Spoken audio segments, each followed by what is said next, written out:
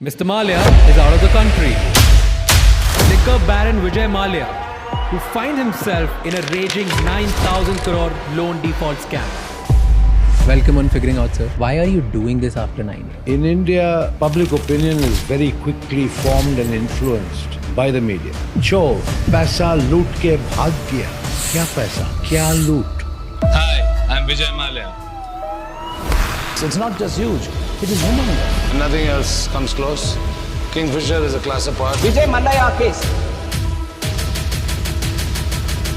You were the biggest airline in the country. Welcome aboard Kingfisher Airlines. India's biggest airline. Going to be there amongst the best airlines in the world. What went wrong?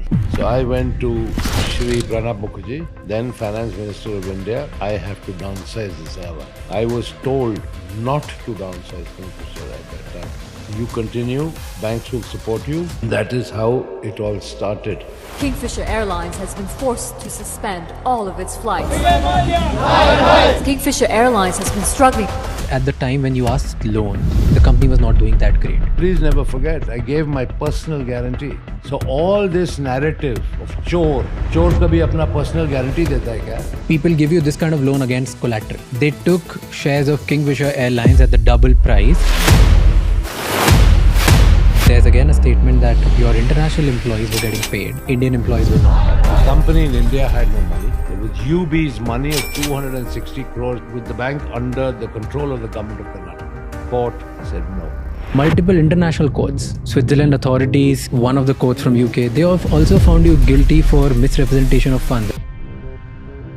Do you ever feel sorry that you couldn't do anything? I apologize publicly to everyone for the failure of Kingfisher Airlines.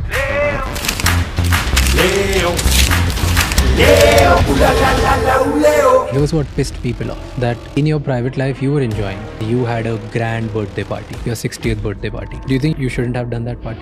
Why? Somebody mentioned that you took out 35 million euros and invested in buying properties in France. Rubbish. What happened between 2012 and 2015? I made 4 settlement offers to the banks, which they refused to accept. 2015, CBI started investigating you. They found you siphoning the money. 3rd March 2016, case needs to be heard or needs to be represented in front of Supreme Court. 2nd March, you left the bank. On 15th April, your suspension came for your passport. And 24th April was the revocation. Why didn't you reply? I'd like to show you something. Here is... What is the biggest challenge of doing business in India? government. It's in the Indian DNA. But how did you manage that before?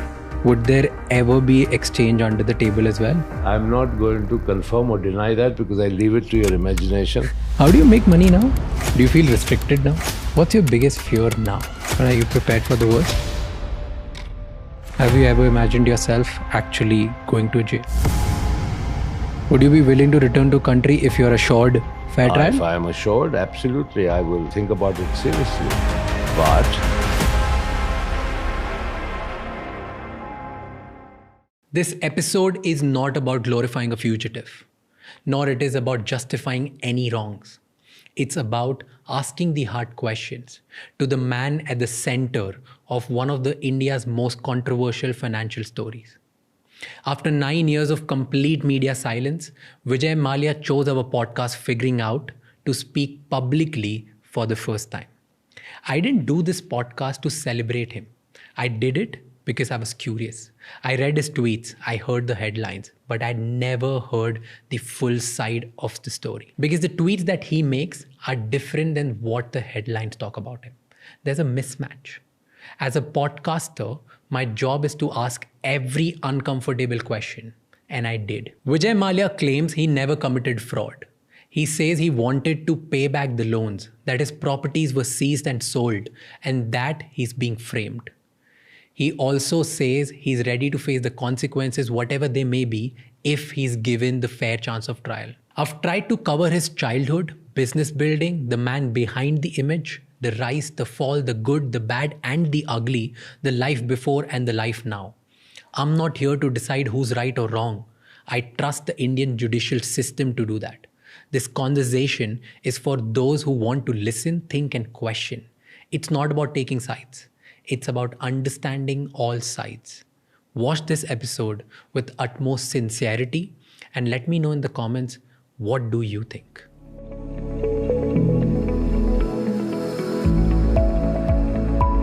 Welcome on Figuring Out, sir. Thank you for doing this. And my objective of this whole podcast is going to be that I want to know your side of story. There are so many things that we have heard. There are so many things which are probably right or wrong. I don't know what's going on. And I think apart from me, there are millions of Indians who want to know the same thing. You're highly talked about. I also feel that there are so many things which people have just heard and started building their own narrative about you. So I wanted to, out of in inquisitiveness, curiosity, and B, out of a responsibility, I wanted to take this forward. So thank you so much for doing this, and thank you for giving us an opportunity.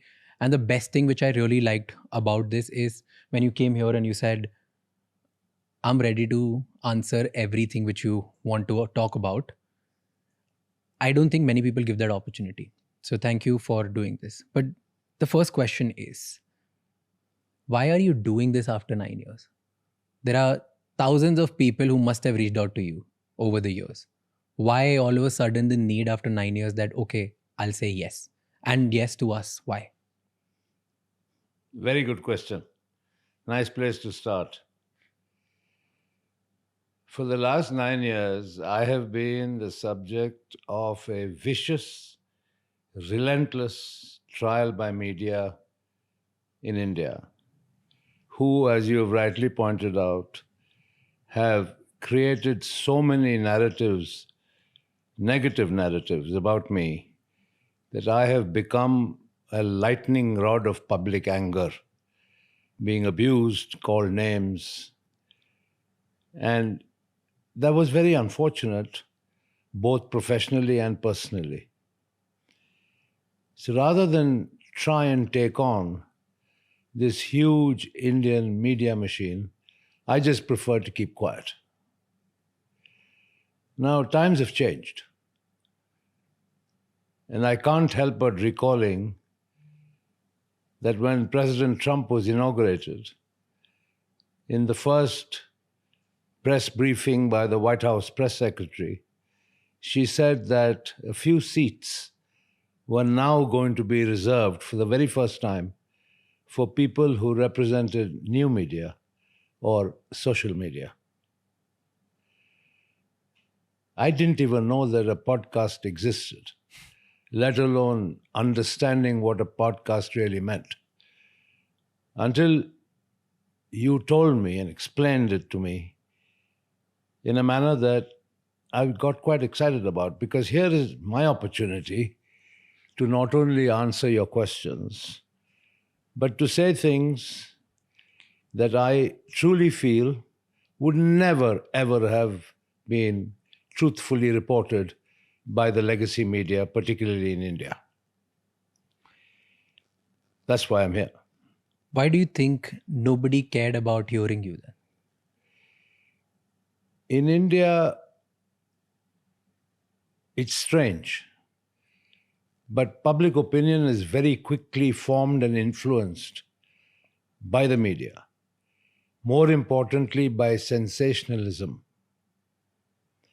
I still remember the anchor of one media channel in 2016 shouting and screaming on the television, saying, Vijay Mallya, I want to see you in jail clothes. I want to see you eat jail food, with an image of me in jail attire. What for? I always wondered what for. Subsequently, chor, paisa loot ke bhag gaya. Kya paisa? Kya loot? Nobody bothered to step back and think. But it was very easy to fling false accusations day after day and get away with it. One of the reasons I agreed to sit with you today is also because it is only very recently that finally the government of India, Ministry of Finance, has published a report, their annual report, in which they have acknowledged 14,100 crores recovered from me. Of course, this was following the finance minister's statement in Parliament. And the legacy media can't argue with that anymore. They can't put any spin on it anymore. The Debt Recovery Tribunal gave a judgment debt of 4,999 crores borrowed by Kingfisher Airlines, not by Vijay Mallya. Borrowed by Kingfisher Airlines, of which Vijay Mallya was one of the guarantors. So what is the DRT judgment debt? 4,999 crores plus 1,203 crores unapplied interest. Okay, which means notional interest that the banks had not even booked. Forget that. The total of the unapplied interest and the principal was 6,203 crores. Okay? And I was the guarantor. The government has recovered 14,100 crores from me. Right? Now, if I had done chori, if I had duped the banks, where does this all add up? Till very recently, there was absolutely no official figure of recovery. Right? So everybody, the legacy media in particular, wrote whatever they wanted. Right? And I was in no position to contradict. Today, after the government of India has acknowledged the recovery of 14,100 crores, I think it's my turn to ask them what they have to say about it. Because you say that a lot of things about you are false narrative. Let's go down to from your childhood. We speak from the beginning and you tell me everything that people have been said, people think is wrong. Yeah. And I'll try to present the facts and the narratives which I have heard and which I have gathered through my research. All right. And if you're okay with counter somewhere, I'll counter you as well. No, please feel free to counter me. Perfect. If there's something that you feel is debatable or you want to make a counterpoint, I'm ready for it. Perfect. Because I feel that's my little responsibility out there to hear the right side and the wrong side both and let then people think about it and let them make the right call. That's fair. Perfect. So before even I ask you about childhood, do you regret anything? I regret one thing, which is that after all my hard work, all the value that I created in so many multiple ways, that effectively the government of India and of course the media made me a zero from a hero. And that's a fact of life that I have had to stomach and live with. Now, whether that was justified or not is something that I'm sure will be encompassed in your own questions. Zero from a hero. Let's talk about building of a hero first. And we'll come down to zero again. So before the billionaire Vijay Mallya, before the controversies, before all of this flamboyance and scandals and things that people talk about, who was Vijay Mallya as a child? Where were you born? What did you do? How was your childhood? Tell me about it. Born in Calcutta, moved to our hometown Bangalore, went back to Calcutta, did my schooling there, did my college education there in Calcutta. And my upbringing under my father was a very normal, I would say strict upbringing. Really? Yes. Tell me an incident, strict childhood. Two things. When I was still in school, class 9 at La Martiniere in Calcutta, my marks were not very good in class. I was a mid-ranker. Only because I took a lot of interest in sport and extracurricular activities. But I didn't, concentrate fully on studies and my mark sheets. And he told me, and I think most people know it, he was exceptionally intelligent, was a product of the Doon School, I think topped his class. So he expected me to also top my class. Nevertheless, he said something to me which I think I remember till today. What? Two things made a profound impact. One, if you're not good enough, you are not going to step into my shoes. And the second thing he said, do you realize that while I say step into my shoes, there may not be any shoes at all, because the government and its then socialist policies may have taken everything away from us, and the only thing I can leave to you is your education. So take it seriously. I think I repaid some amount of faith because for my last 3 years in school, 9, 10, 11, I think I came within the top 3 in class, and he was quite happy about that. So weren't you a little spoilt as child? Spoiled? Oh my God, I was anything but spoiled. Really? You had all the fancy toys, you had all the things that you used to... Absolutely no fancy toys at all. That's completely false narrative.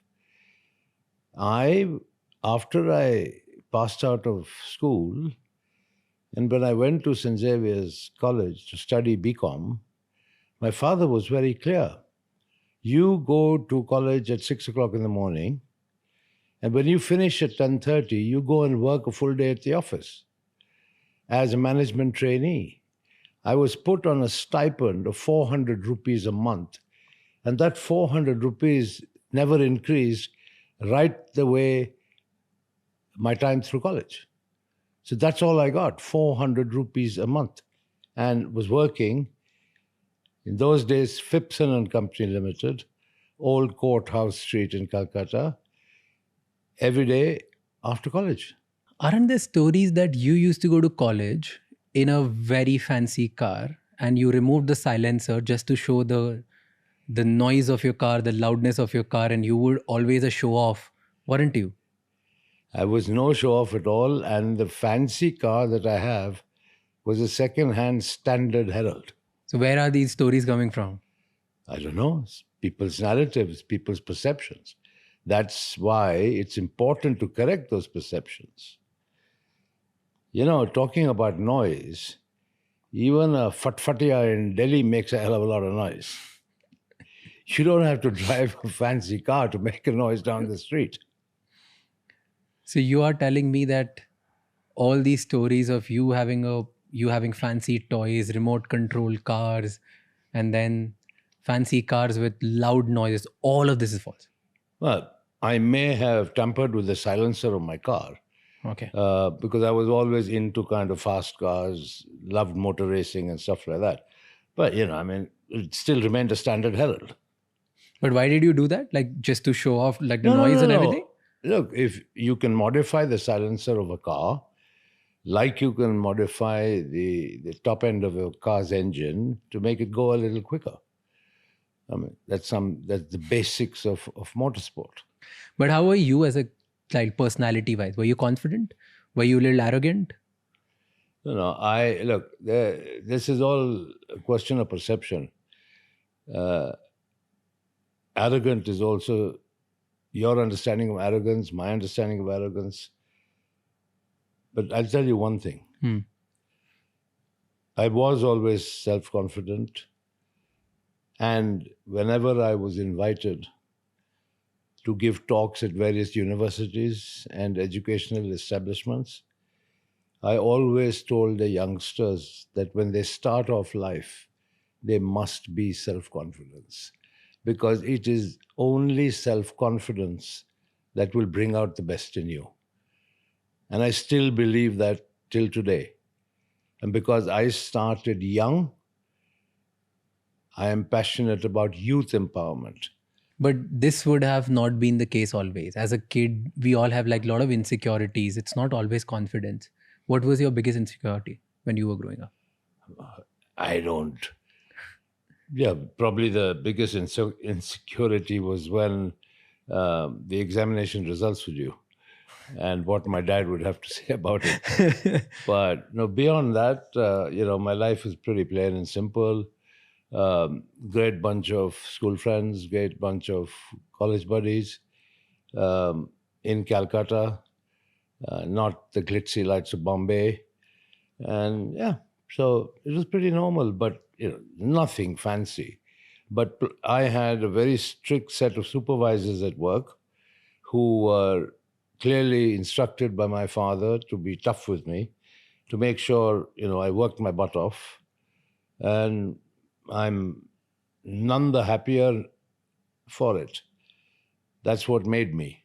But did you ever get to a position or in a thinking as a child that one day I'll be powerful, one day I'll be very rich? No, absolutely not. I mean, how could I be so presumptuous? Here I had a dad who was hands-on, working 24/7, young, and who told me that if I didn't measure up, I'd have no place in the business. So I couldn't be presumptive, could I? But your father was a wealthy man. In those times, there were only few wealthy people. So you would presume this, right? Like, I will have all this wealth inherited. I'll be maybe bigger than my father, or maybe just have all of these things. I didn't have any such aspirations in those days. And wealth was something that was very relative. And my father certainly was a very frugal spender. So irrespective of how much wealth he had, he certainly wasn't a spendthrift. You said when you used to go to work, your father put strict supervisors. Right? What would those strict supervisors made you do? Well, first of all, make sure that I came to the office on time, straight after college. It wasn't as if I'd sort of roll up whenever I wanted to. Okay. The second, I was given a clear set of tasks. I was a salesman. I had to go and visit the shops in the market. I had to visit distributors. I had to spend time with the accounts department to understand accounting, corporate accounting. And marketing, sit with the ad agencies and stuff like that. So it was a comprehensive training program, but with no forgiveness in any sense. I had to work a full day. I couldn't sort of get up and go or come when I liked, which was fine. I mean, looking back, it was a great grounding. What happened next? So you were in Xavier's, you started going to work, and then you went to States. Yeah, my dad sent me off to the States to work for American Hearst. Okay. American Hearst, as it was then known, became then Aventis. And now the pharmaceutical company, the global company, is called Sanofi. So yeah, I was sent there, worked there once again as a management trainee. I then was brought to England to work in Jensen and Nicholson. I was a paint foreman in the paint factory. It used to be mixing paint at night. And yeah, I mean, slowly I understood what my father's methods were. What was his method? Which is basically a strict training regimen. And I did pretty well because I can tell you, he expressed his appreciation for my work. I got a pretty good report card from America. He said he was proud of me. I did well here in England, mixing paint. And when I went back to India, his health was becoming indifferent. Okay. Even though at that time he was only 57 years old. His health was becoming indifferent. He had a history of heart disease. So he sort of got me to work for him in the core business. And then of course the story of Kingfisher, the story of McDowell's Number One, Bagpiper, and all these brands that subsequently became very well known began then. How was your relationship with your father? The relationship with my father was excellent. He was a man of few words. But there's one thing he did which embarrassed me no end, that every time he saw me, he gave me a big kiss on my cheek. Whether it was at an airport or in the office or at home, he'd give me a hug and a big kiss on the cheek. I mean, bless him for that. Did he ever doubt you that whether you will be able to continue and build his legacy or not? I think the biggest certificate I got was from my bosses in America. And they gave me a pretty good certificate, a pretty good report. And that finally, I think, gave him the confidence to say, my son is stepping up to my expectations. What was your first bold step in your father's company? Oh, Kingfisher. I went to my father and I said, I need 10 lakhs rupees to market Kingfisher beer. And he said, that's a princely sum of money. What are you going to do with it? How are you going to do it? Etc., etc. Because I saw in the archives of United Breweries this label of Kingfisher beer, which had been actually launched in 1857, gathering dust and, with a pretty archaic Kingfisher bird on it, sort of prehistoric version. But I said to myself, the mere word brand Kingfisher is very evocative in so many ways. It could be made into a fun brand. Now, my time in Calcutta, going back to my training days, when I spent time with them, with the marketing department, more importantly, interacted with the people in the advertising agencies. My time in America, where, I still remember the two big banks, which is Bank of America and Citibank. And Citibank said, the city never sleeps. And Bank of America came out saying, we caught the city napping. That was the level of marketing, advertising, tongue-in-cheek stuff, which caught your attention. And so I became fascinated with marketing. And I came away back to India, started working in the business, and I always said, a brand needs a personality.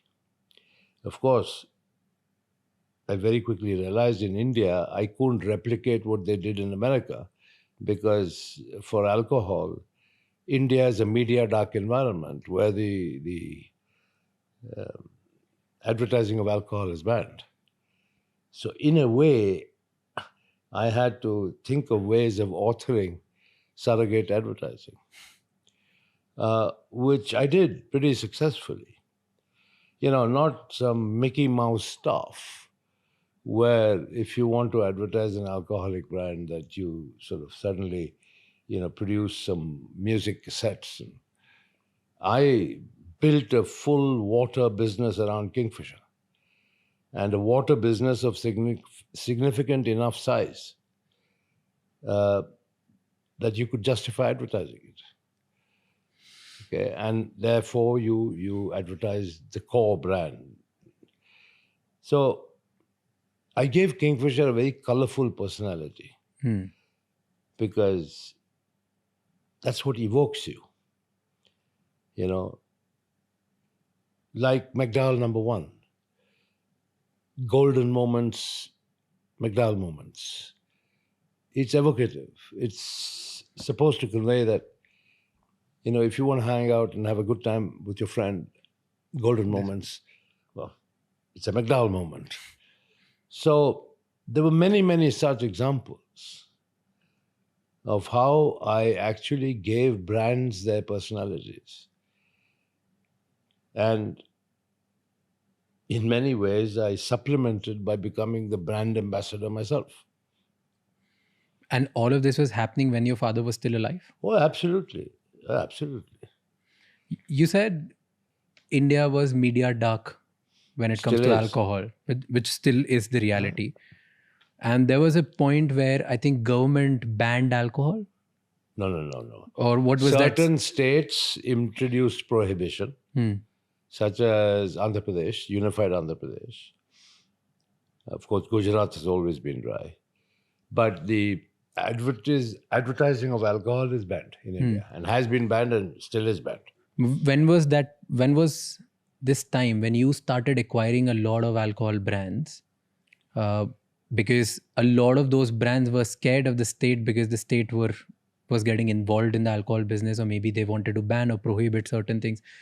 What was this time where you started acquiring certain alcohol brands and cheap because you and your father was bullish on it? No. That was in 1977 when Morarji Desai was the Prime Minister of India, and he publicly announced that there should be prohibition all India. Okay, which means that alcohol should be banned across the country. So obviously the value of the stocks and shares of almost all alcoholic beverage companies, whether distilleries or breweries, fell. My father was very clear that prohibition could never succeed in India. And therefore, he bought. And so that's how we became number one by quite a fair distance. Because all those who panicked and sold out, my father acquired. But was there something you guys knew which others didn't? No, or it was absolutely. just pure conviction? No, it was just pure conviction because we knew that prohibition had not even succeeded in the United States. And plus, if you look at the amount of revenue generation for the state governments through the sale of alcohol, there's no way in the world that prohibition would have succeeded in India. What happened after your father's death? You were doing this successful sting, you were taking bold steps, you wanted to make alcohol a cool brand. All of this was happening. Everything was going right? What happened then? Well, I was in the US. I had gone to finalize promotion and export of Black Dog Scotch whiskey when my father sadly passed away at a cocktail party in then Bombay. And he was only 59. Nobody ever expected him to pass so young. I was just past 27. So I took the Air India flight and flew back from New York and performed my father's last rites. And then the fun began because my father surrounded himself with a few stalwarts. Meaning? People who he put in positions of great authority who were also very close to him personally. So he had somebody running the Western India businesses, somebody running the Eastern India businesses, somebody running the Southern India businesses.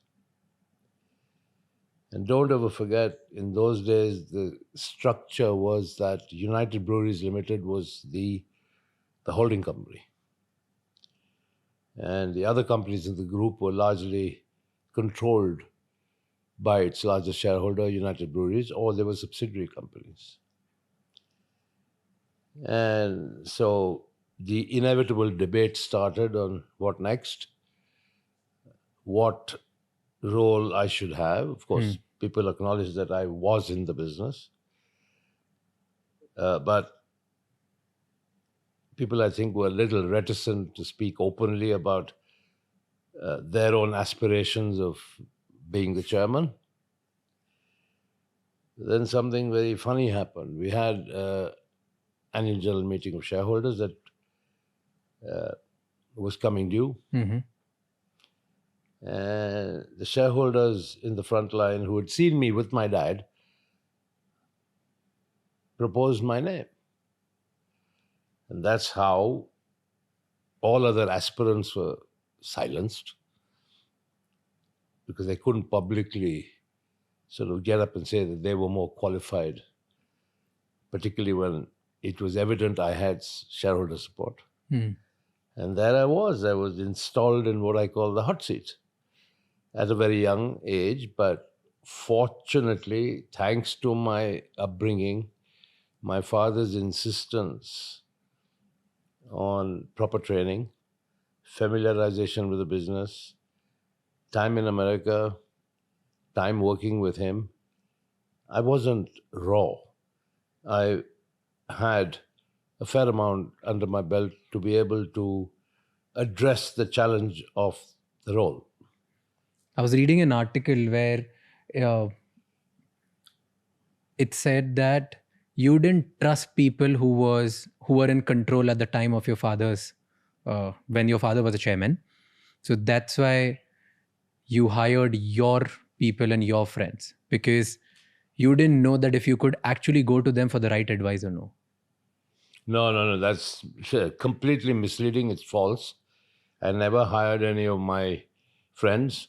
But let's put it this way. They would have been too young and inexperienced in any case. You know, I mean, as I said, I was barely 28. They would be my contemporaries. So the question of hiring them and putting them in management positions just didn't arise. But I encouraged a lot of professionalism from within. I mean, people who then became the president of the spirits division, of the breweries division, and all the rest of it.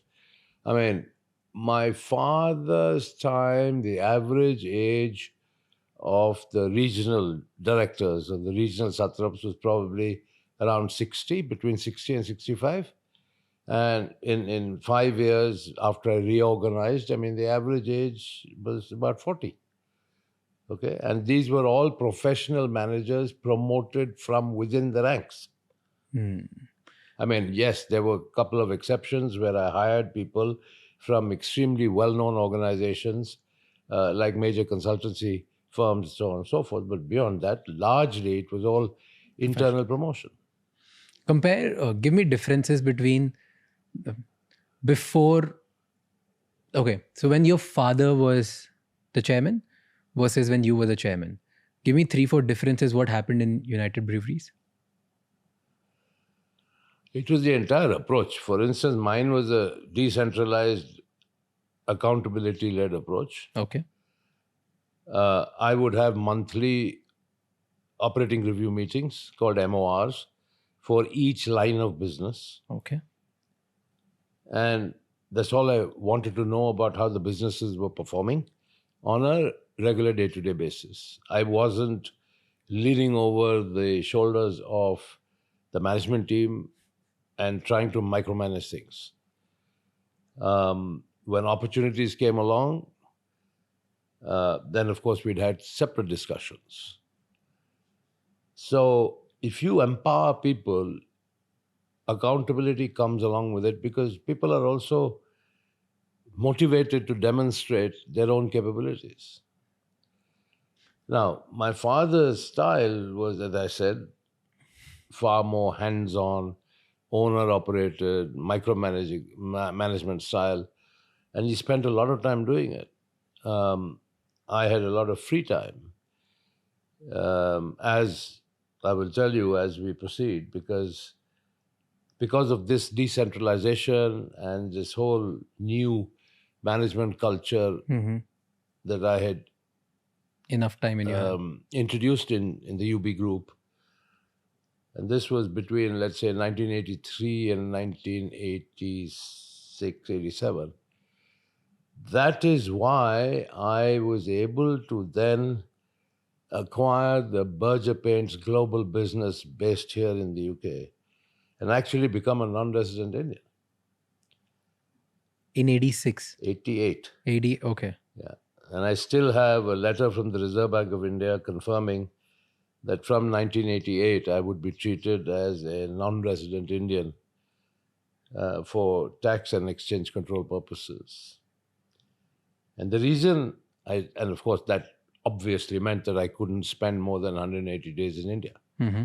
Well, the luxury of spending 180 days out of India, running this new opportunity in international business. Paints business. I was able to do it only because of the decentralized management structure implemented in India. So both the foreign businesses and the Indian businesses ran very well. Give me differences and similarities between Vittal Mallya and Vijay Mallya. Well, Vijay Mallya's thought 100 times about spending money. Vijay Mallya probably thought twice. Yeah, well, I guess it's age. It's aspiration, it's age, it's different styles and outlook on life. Was there any difference in terms of public attention as well? You were pretty loud, your personality was... No. Look, once again, you can think whatever you want to think of me, and so can the whole world. Just because I'm a self-confident guy who is not afraid of public speaking, who doesn't suffer from stage fright, if you want to say that I am arrogant, flamboyant, go ahead and say it. I can't deny it. My father was very shy of public speaking. Totally the opposite. I am a very confident public speaker. I used to debate in school. I used to participate in drama in school. So I can speak. So you didn't want public recognition. You loved speaking. No, well, if somebody asked me a question or I was invited to speak, I'd speak. And people would, well, in some cases, tell me I'm talking nonsense. And in most cases, say they like my speak. But I was able to communicate from a platform. But won't you speak certain things and tweak your speeches in a way that becomes headlines? I never looked for headlines. I never ever looked for headlines. The headlines were created around me by the media. Let's take the case of flamboyance. Okay, and let's spend a minute on analyzing flamboyance. To me, flamboyance means loving life and appreciating the good things in life. That's what flamboyance is. In a public way. Okay. That is what I would say is the meaning of flamboyance. How old was I when my father died? 28. Compare me to other industrialists in India at that time. I was 28. I was chairman of UB Group. Who was chairman of RPG Enterprises? Mr. Ramaprasad Goenka. Who was the chairman of Reliance? Dhirubhai Ambani. Who was the chairman of the Birla Group? Mr. B.K. Birla. I was a contemporary of their children. But I was thrown into the deep end. So I was a group chairman being compared to people who were my father's age. Now, as a youngster, I had the passions of young people. Like?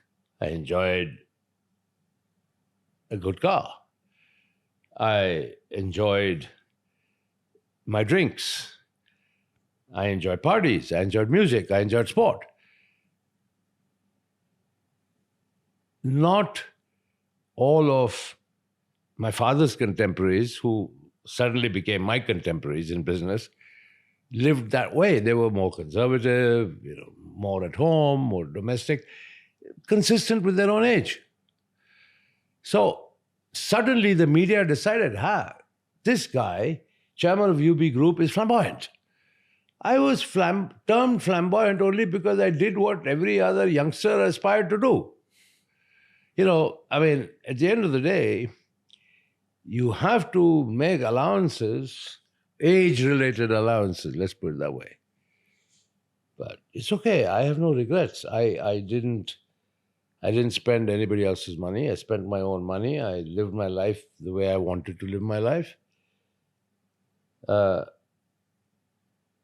if I look back, I've got millions of miles of corporate experience under my belt, starting off at a very young age. And I hope people appreciate the more positive contributions that I have made, rather than the persistently negative narrative that has overtaken and overshadowed effectively a whole career. I don't think I ever used that word flamboyant. It was the media and the narrative they created around me that was flamboyant for their own purposes. Now, I just lived like any other moderately wealthy 28-year-old would live. No. Yeah, You lived an absolutely. extraordinary life. How can it be extraordinary? In what way? Do you know what the exchange controls were in India? Do you know if you could import a Ferrari in India? Today you can. But go back to the 1985, 86, could you import a Ferrari? No way in the world. So did you or did you not? You could only buy cars from the State Trading Corporation through an auction process in Delhi. But you ended up buying all of them. I could not. Later you bought it. Look, I like good cars. I race cars. I've been racing cars since I was a teenager. Okay? I brought a Formula One car into India to race, okay, when my father was still alive. In fact, when I won the race at Sholavaram, okay, near then Madras, now Chennai, I called him from the racetrack and said, I won the race. He was very happy. So it wasn't as if I was trying to do things behind people's back. But, okay, I was fond of motorsports back then. Okay, so it came from media, but did you enjoy the tag? Of Where flamboyant? did I have the time to enjoy or spend my time and energy denying? I just lived my life, did my work, and I think whoever you may ask, I worked really hard. See, this is very... Okay, this is very like a media answer, okay? What did... You were aware that people call you flamboyant. You were aware that this was the image being built. You were aware that headline mein yahi likha tha. What was your reaction? What did you start... Secretly, did you enjoy it? No way. So what was your it. reaction the moment people would write it? You were like, ignore it. Of course I would ignore it. What have I done for the last 9 years? But at that time, you were in peak. You were... Let me tell you something. Being referred to as flamboyant, some people may take as a compliment, but nobody will tolerate being called chore, thief, fugitive, right? These are damning words. I ignored all of it because I knew I couldn't fight it. Much like I ignored flamboyance. I couldn't spend all my time devoted to contradicting what the media wrote. Yeah, and now, But, okay.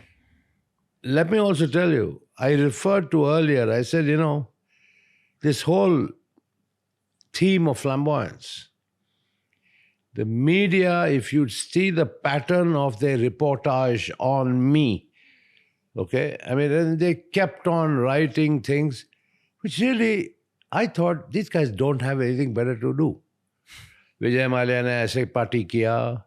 Vijay Mallya is hosting a New Year's party at Kingfisher Villa. Vijay Mallya is doing this, that, and other things. Okay, bottom line is, they created a narrative of a personality that helped them to sell their own media. One day there was a terribly wrong, factually incorrect article in one of the large newspapers in India. So I called the owner. I said, how could you possibly publish something like this without checking the facts? Kya tha? Vijay, sorry yaar, your name sells. So they created this animal called Vijay Mallya, whose name started selling, so they could get more eyeballs, more readership, more viewership. But be that as it may, I lived my life. What was my objectives? I am not apologetic for the life I lived because I didn't spend anybody else's money except my own. Hmm. I didn't borrow 1 rupee from anybody. Okay? I was much maligned, much complimented, but effectively, I was my own brand ambassador. Take the case of one much talked about phrase, king of good times. Yeah. I'm not crazy to walk around with a label on my chest saying king of good times. Read, and this is where somebody must make the effort. See the label of the Kingfisher beer that was developed. It says the king of good times. The personality of Kingfisher beer was the king of good times. Ulta media started calling me the king of good times. So tell me, me being the king of good times will not help sell the beer. But it did. Because the beer itself was the genuine king of good times. And the personality that I gave Kingfisher, promoting sport, promoting fashion, promoting music, sponsoring motor racing. So all the stuff that's exciting to youngsters, that represented the personality of the Kingfisher brand. That's why Kingfisher was such a success. But talk to me about building of Kingfisher. Don't you think it was at least that's what I think. It was a very well curated strategy that I will become a brand which represents Kingfisher. No, I was brand ambassador. And I have done it not only for Kingfisher, but take the case of our spirits business. I actually came on national television with an ad encouraging people not to drink and drive. I did it myself. I didn't get some film star to do it. I did it myself. So becoming a personal brand was a strategy then. Of course it was. So then why does it bother you that you were Doesn't bother tagged me. as like the king Never of good bothered times? me. But that's what I'm saying. But I am not the person who labeled myself as king of good times. You It so curated happened that the media started calling me the king of good times. Fine. because subtly you curated this, no? I didn't curate king of good times. In what way? By doing actually what? promoting a lifestyle which every young person would aspire to. Why not? Young people are entitled to aspirations. Young people are entitled to improve lifestyles. Young people are entitled to treat themselves. Yeah, but that doesn't mean I went around the whole world saying, well, you know what? I'm the king of good times. No way. Never said it even once. But you knew it will happen. No, I didn't. How should I care? I achieved my objective of making Kingfisher the #1 selling beer. That's it. How did that happen? So what happened along the way is irrelevant. Okay, how did this happen? Kingfisher beer, how did it become #1? Tell me story of Kingfisher. When I took over this business, Golden Eagle or Mohan Meekan Breweries was the largest beer company in India. Today, United Breweries Limited controls almost 52% of the beer market in India. Kingfisher is not very many product categories that can lay claim to 52% national market share. But yeah, Kingfisher is by far the #1 selling brand.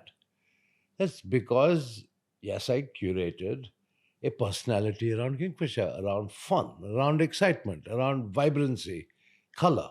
I created the brand and I achieved my objective. You take the case of McDowell #1. I mean, once again, this whole golden moments, McDowell moments, right? It was a little more sober than the Kingfisher ads because the target demographic was different. But It's the largest selling whiskey in the world today. In McDowell the number world. one. Right? All these brands I created. Tell me one turning point which just made everything good for you in Kingfisher. Kingfisher beer specifically. It's a sustained effort. But when was the first time you thought, okay, now it'll work? Because It was as far always as working. It as the from day brand- one. Yeah, when I relaunched in new packaging, right, make it more appealing on the shelf, started sponsoring music, fashion events, got more brand attention, automatically the sales started picking up.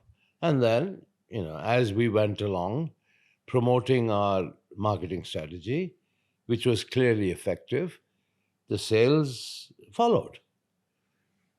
Same thing with McDowell number one whiskey. Nothing's overnight. National brands are not built overnight. There wasn't one moment that you could pinpoint, or was it? How can you?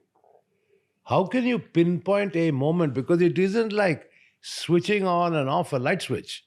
Why did you get conviction that Kingfisher beer will work? Because it was a little expensive than other ones. We had brands such as UB Royal, Flying Horse, we had Jubilee. Now you tell me, even though they were my brands, does any one of these evoke any excitement in you? No. But if I say to you Kingfisher, I mean, you take notice, right? So that's the platform I built on. All right. Similarly, as I said, I mean, you take the case of McDowell number one, right? It was targeted at a slightly higher demographic, but it went along with more sophisticated merchandising and stuff like that, which augured well for the brand. And today, as the Indian economy has grown, as consumer spending power has gone up, it's the world's biggest brand. Selling about 32 million cases per year. What was the biggest challenge in building of Kingfisher beer and McDowell's? I think... Or everything was just painted red and it worked out for you? No, there was nothing red about McDowell. It was all black and gold. The only one around that's red is Kingfisher. No, I think more than challenges, I look at opportunities. I mean, 2005, I bought Shawwalis, my biggest competitor. I mean, that propelled the spirits business, to number one position by far. Brought on board bands like Royal Challenge and all the rest of it. So, those were pretty bold business decisions, which once again, self-confidence.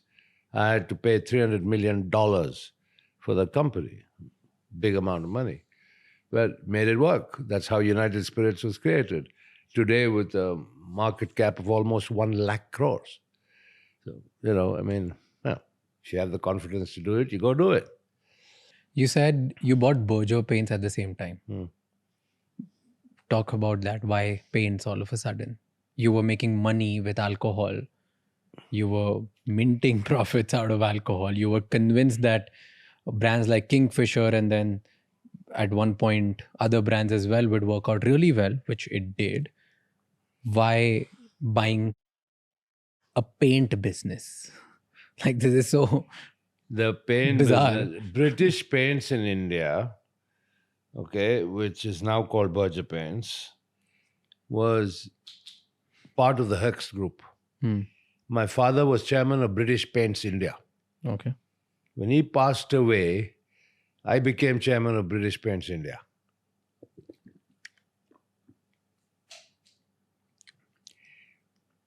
During my tenure as chairman of British Paints India, I learned something about the paint business. Right. Now, What did you learn about paint business? go back in time what I told you. When I was sent to America, then to England, I worked as a foreman in the Berger Paints Jensen Nicholson paint factory here in this country. So I not only knew about making paint, but also how a paint business was run, because I was chairman of Berger Paints. So when Hex Group decided to sell their global Berger Paints, headquartered in England, operating in the Caribbean, operating in Africa, in Asia, true multinational company. I went to them and put together a loan package with those days the Hong Kong and Shanghai Banking Corporation, and bought it because I had this aspiration of creating India's first multinational. That was back, as I said, 1988. Okay, so from being an Indian-centric business, I was operating in 25 countries worldwide, flying the Indian flag. So your objective is only that I want to take India or Indian business to the world? No, absolutely not. I was very focused on making a hefty profit out of it too. All right, which I successfully did. So I bought it in a leveraged buyout. And after that, I did IPOs. I did IPOs in Jamaica. I did IPOs on the Kenyan Stock Exchange. I did an IPO on the Singapore Stock Exchange and diluted our shareholding to 51%, but used the proceeds of the IPO to pay down the debt. Right? And then finally in 1996, I sold the entire business that was then listed on the Singapore Stock Exchange, and I made a fat profit. And I still remember, and I have no hesitation in saying this, that I went to my mom and I said, you see this piece of paper? This is what I earned. This is not inherited. I made it myself. So when I spend it, don't complain. No, I mean, that's on a lighter vein. But yeah, I mean, I that was when, as a non-resident Indian, I made my first serious piece of money out of entirely my own initiative in a paints environment. But hey, that's what it's all about. I mean, I got experience of doing IPOs in 3 different countries across the globe. That was invaluable experience. Do you regret selling it? Because today Berger is, I think, 70,000 crore big business. That's only one Berger in India. I owned the global Berger all over the world, including India.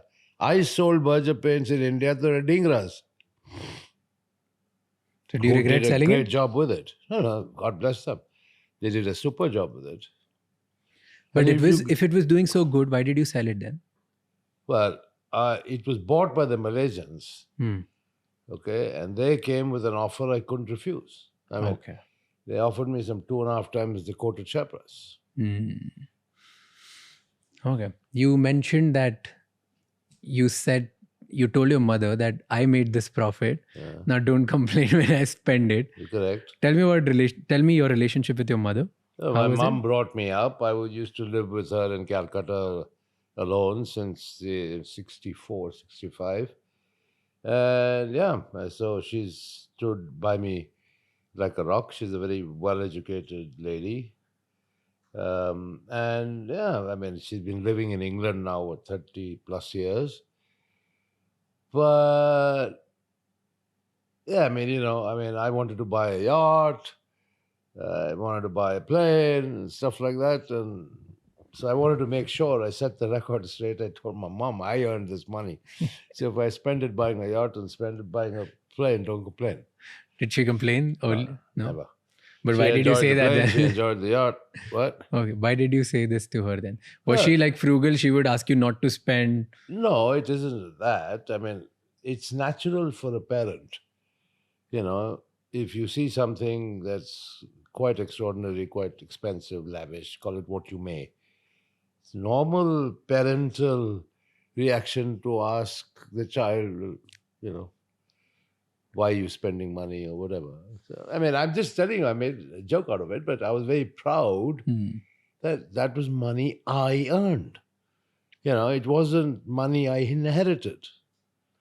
Tell me one lesson you learned from your mom. Oh, I've learned many lessons from my mom. Don't waste time in life arguing. It's not worth it. Use your time productively. Think positively.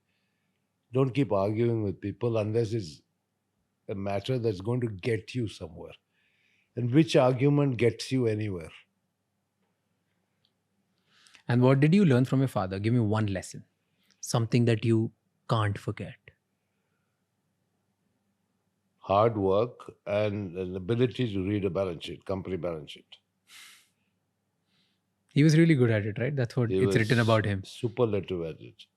Do you miss your father? I don't think I'd be as good, but I think whatever I learned from him was good enough for me to produce some excellent, robust balance sheets in all the companies I ran. Do you miss him? Well, who doesn't miss a dad? But, it's now what? 1983 to 2025 is a long time. What do you miss about him? You can't keep missing somebody for 40 years. Life is too short for that. But do you think he would have been proud of you today? Well, I would hope so. Certainly not proud of me being called chore or bhagoda. And certainly nobody would be proud of that. Certainly no parent. I know my mother gets very agitated even today. She's 98 years old. And every time she sees the Indian media, she's reduced to tears. Obviously, it hurts her more. I'm probably more thick-skinned, more robust, and I just ignore it. But, at that age, my mother doesn't. And it's very unfair what has been written, what has been alleged, because it's complete nonsense. Let's walk through the case. Let's start from the point of what happened in Kingfisher Airlines. Okay. When did you decide that you want to start a Kingfisher Airline? 2002, 2003. And you just... Okay, so here's the story. Hear me out. What I have gathered from reading about it is one day, out of blue, you go to an AGM or like just a board meeting, I think, not AGM. It was a board meeting where you announced that on my son's birthday, we are going to launch Kingfisher Airlines. Your CFO was not happy about it, but you still pursued and you want to do it. This is what is reported. What was the reality? Tell me the truth. The truth is the Damania brothers from Bombay, who previously had Damania Airlines, came and made a presentation to my CFO, Ravi Narungadi, saying the time is ripe to start an airline now. Okay. Ravi Narungadi had discussions with them, came to me and said, would you like to look at this proposal? I said, yes. We looked at it and finally we decided, yes, it is opportune. So let's go for it. Okay. That's how the idea of an airline was born. And then you didn't take anyone in confidence. You were just, hey, out of nowhere, I think we are an alcohol business. Now we want an airline business. No, there's nothing wrong in diversification. The UB group has had a history even during my father's time of operating food processing companies, petrochemical companies, electromechanical companies. So, diversity was nothing new to us. So your initial plan to launch an airline was 7th May 2005, but you ended up launching on 9th May 2005, right? And this then... whole business of launch on son's birthday as a birthday gift and all is complete baloney. All right? I think my son would be embarrassed and I would be equally embarrassed to say I'm starting an airline All right? As an 18th birthday gift. Complete nonsense. All right? But okay. Once again, media narratives are best ignored. A full-blown professional management team was in position before the airline even started, before the first plane arrived. Okay? The CEO and the director of engineering were both hired from the US. Okay? And the airline was launched. There's a lot of narrative about Kingfisher Airlines. There's a lot of narrative about mismanagement. A lot of narrative about the Deccan acquisition. All sorts of things. Let's pick one by one. Yeah. What was the first vision of Kingfisher Airlines when you were starting in 2005? To produce the best flying experience that India had ever seen. Make it a premium experience? Totally a premium experience, number one, in terms of passenger comfort, safety. Number two, to connect places in India that had never ever been connected before. And that it was a really serious part of the growing infrastructural needs of the country. But I was watching one documentary about you, and I think the person who you got to lead was Alex. Yeah, Wilcox. Yeah. So Alex said that you convinced him that you want to build a low-cost carrier, but it was not like that. And in your own words, if you're giving a vision that I want to build a premium experience, why did you get a CEO or like a president, I don't know what was his position, but somebody to lead by telling him that you want to build a low-cost carrier? That is your own misinformation. He said it somewhere. I'm just quoting him. Fair enough. I haven't seen it, but I'll respond. Kingfisher Airlines started off as a single-class airline, low cost, but with a difference. It had in-flight entertainment and it offered meals. Everything else that's applicable to a low-cost airline was applied to Kingfisher as well. Commonality of fleet, commonality of training, the whole lot. I mean, there's a whole set of rules. What is a low-cost carrier? What is a full-service carrier? Right? And that even descends down to intricacies such as the type of reservation system, flight planning system you use, and all the rest of it. So Kingfisher had all the low-cost attributes.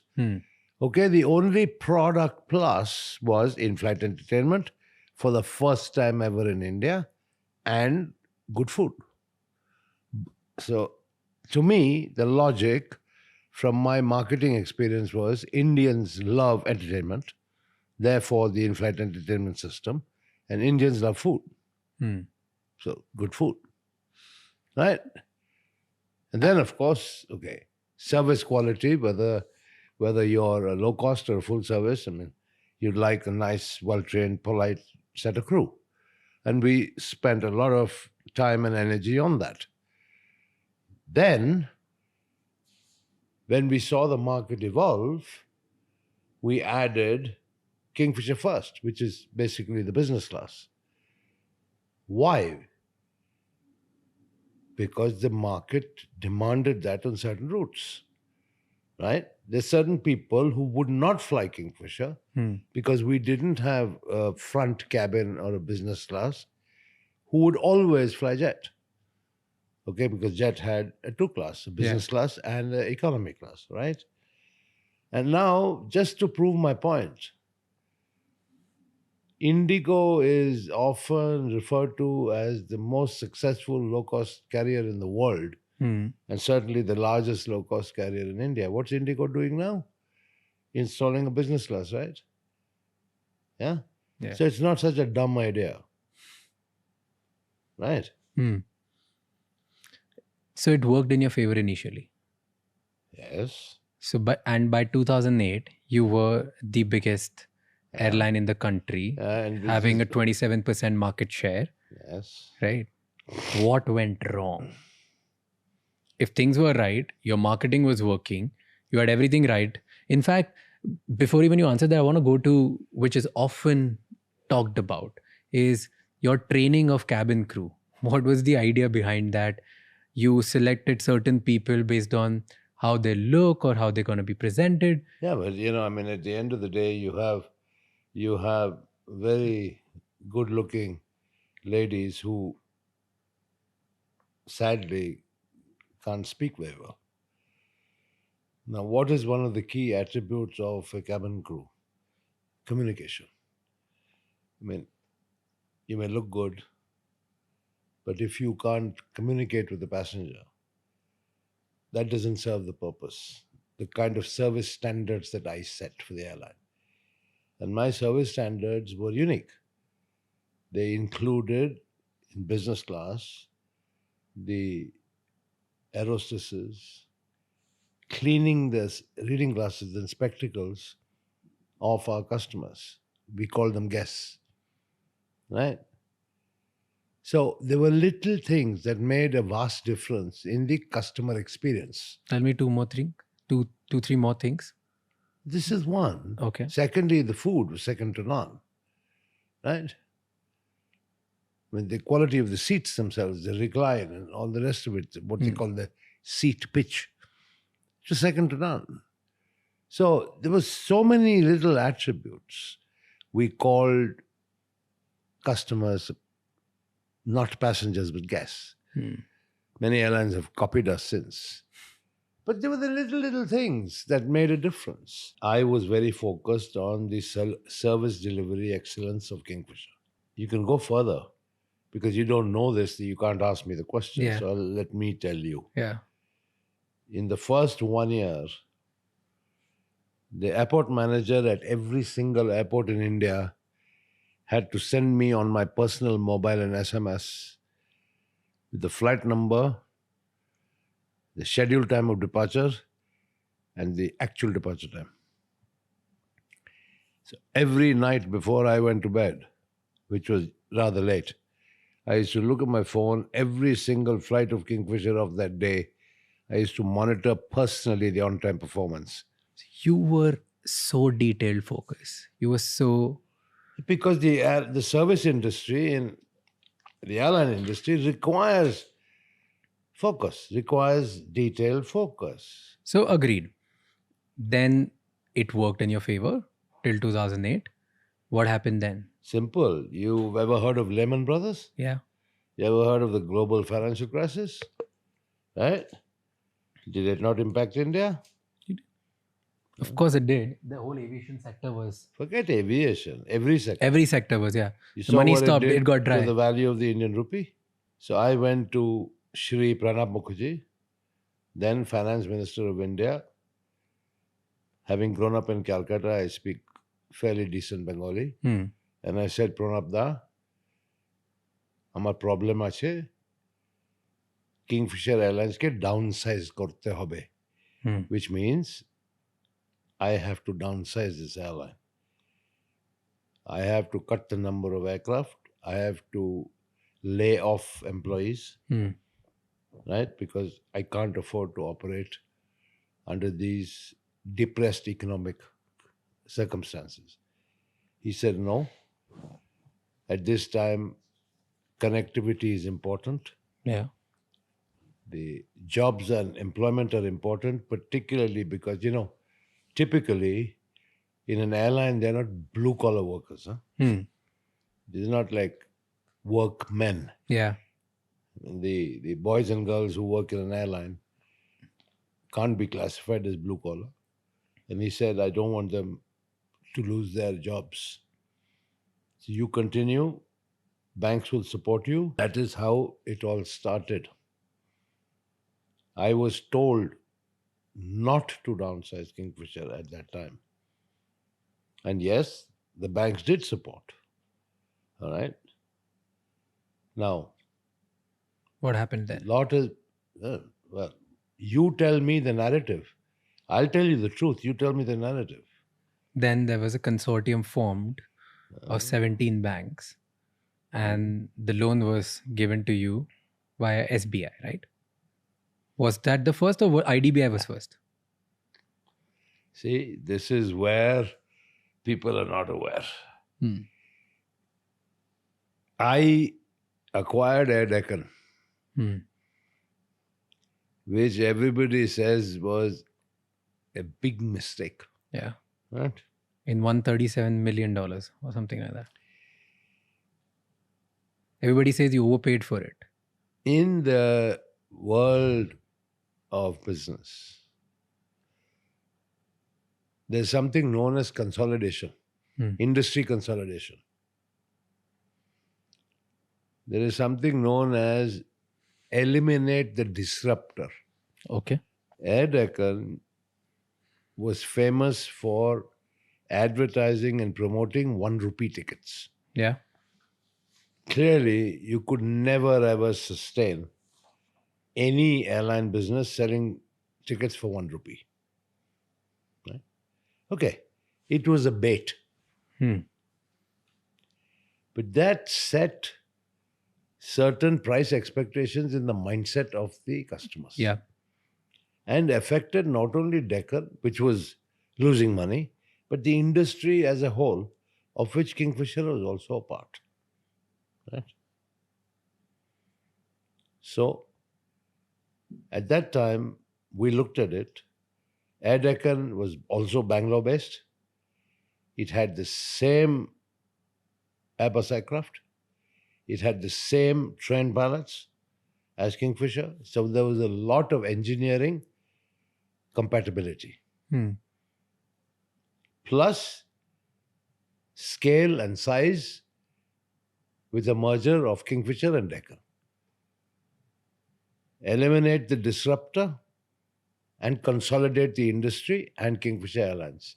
That was the logic of buying Deccan. Not this much touted logic of I was desperate to fly overseas. I needed to get past that 5-year hurdle. Yeah. Complete nonsense. Now, why should I shout from the rooftops trying to clarify this? But if you talk to anybody about elimination of a disruptor and consolidation of industry, it'll start and commonality of equipment, it'll start making business sense. But if your philosophy was to make a premium airline, why would you buy something which stands for low-cost carrier, which stands for something cheap, which stands for 1 rupee ticket? Because the customers would be completely different.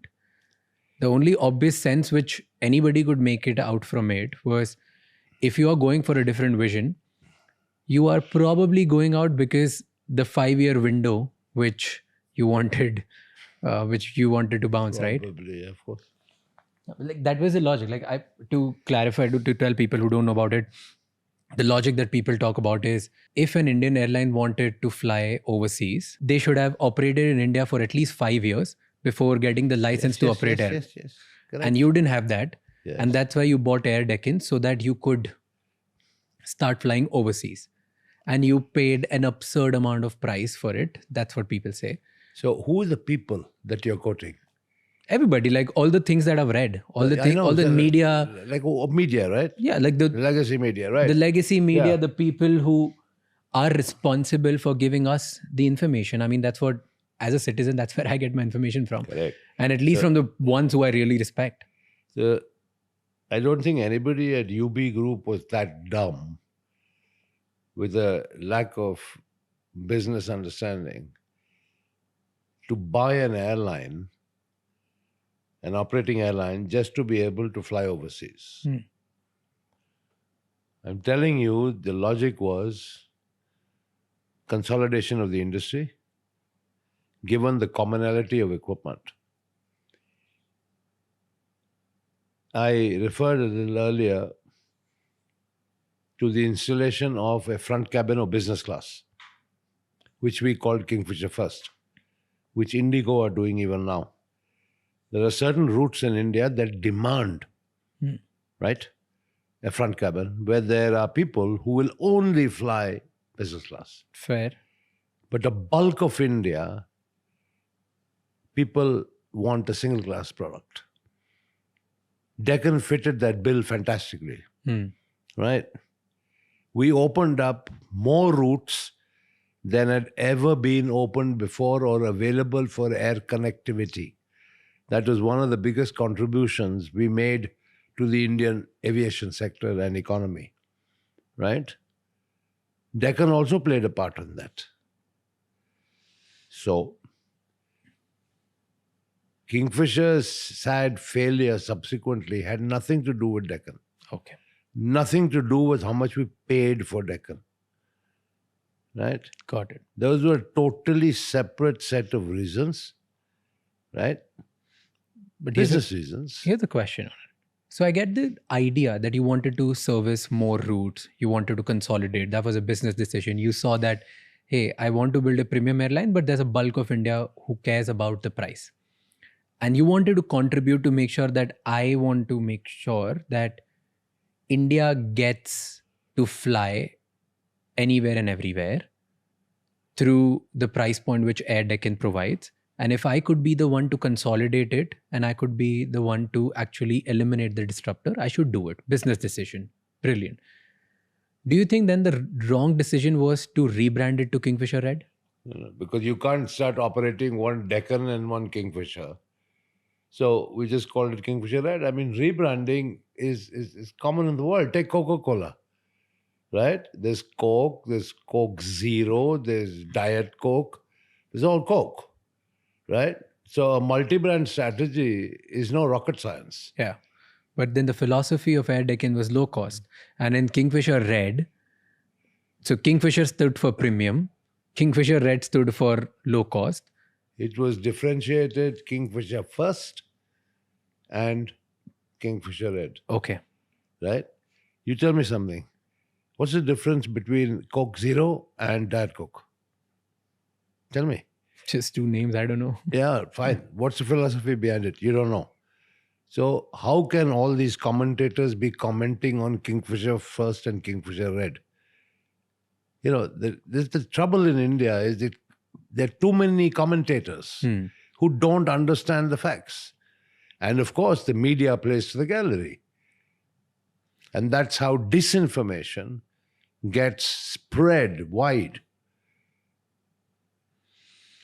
And then you stated somewhere, again, the commentators I'm quoting, that I want to, if I've put in a name Kingfisher on an airline, no matter even if it's low cost, I want to provide all the services. You started providing all the services, you started providing catering, you started providing everything in a low cost carrier, didn't you?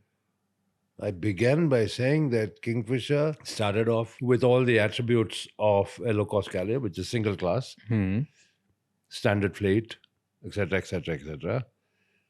But I said the only differentiator was in-flight entertainment and food. But I mean, just because I gave food didn't make it a full-service carrier. I mean, you want, shall I give you examples? Yeah. You go on any low-cost carrier here in Europe, all right? Do they starve you or do they feed you? But you have to pay for it. No, all of them? I don't know, few of them, the ones I've flown. Okay. So there are exceptions. Okay. But that was the business, like that's what everybody talks about, right? You know, that's the problem. Lack of information and knowledge, and more importantly, no domain knowledge of the aviation industry leads to all sorts of speculation that makes no sense. So you tell us that does it make business sense to provide food and in-flight entertainment in a low-cost carrier where people don't care about it? Wait. Our belief was Indians love food and love entertainment. That is for Kingfisher first, but not for Kingfisher Red. Kingfisher Red stands for Why? low-cost carrier. An in-flight entertainment system doesn't cost you money to operate every day. But still costs you a lot of money, which eventually will bleed your balance sheet. Really? I'm asking you. Well, not in our opinion. Do you think that was the wrong decision? What? Just To acquire providing... Deccan? After acquiring Deccan, giving all the services of a full service carrier in a low cost carrier. The full service carrier part of it was very distinct from the so-called low-cost carrier. At the end of the day, however you may refer to these business models, it's all about the price your customers are willing to pay and whether you can fill your planes. Simple. So All models are academic and theoretical that really are irrelevant. But your critiques say that you were competing against other low-cost carriers. Like At that time, was it? I think Indigo started at that time, and That's it. Spice started at that time. No. I think Spice. Spice was there on and off, Yeah. but Okay, so- more off than on. So you were competing with low-cost carriers with their pricing, but you were providing something extra, and that's why your business model was bleeding more money than them. And you expected that this will turn into loyal customers, but the moment you increase price, people would not fly your flights. Was it true? That's what the critics say. They are all aviation experts. I have nothing to say. So where was the problem? Then if this was not the problem, then what happened? The problem was the government. The problem was fairly and squarely the government. And they've made a lot of political hay out of this. When I used to write to Prime Minister Manmohan Singh, when I used to write to the civil aviation ministers, ministers of finance, the cost of crude, international crude, went to $140 a barrel. The price of aviation turbine fuel in India was directly related to the cost of international crude oil. So you can see that from an average of about $60 a barrel, crude oil went to $140 a barrel, with the resultant and equivalent increase in the price of aviation turbine fuel. The state governments levied an ad valorem sales tax on aviation turbine fuel. So you can yourself now begin to imagine the financial impact on the airline operating, where fuel costs are the single largest component of cost. So I pleaded, I said, look, please give aviation turbine fuel declared good status so that it attracts central sales tax and not this punitive ad valorem state sales tax, right? Because the states are making windfall profits. Anyway, that the government did not do. Okay. Aviation is regarded as a capital-intensive industry, right? It's acknowledged as such worldwide, right? They would not permit foreign investment. It was said that only 6 months after Kingfisher Airlines shut, right, that they permitted Etihad to invest in jet. I had already reached agreement with the CEO of Etihad in Geneva for them to invest in Kingfisher, which government did not permit. So we could not capitalize the airline through a foreign investor either. Why didn't they allow? You should ask the government, right?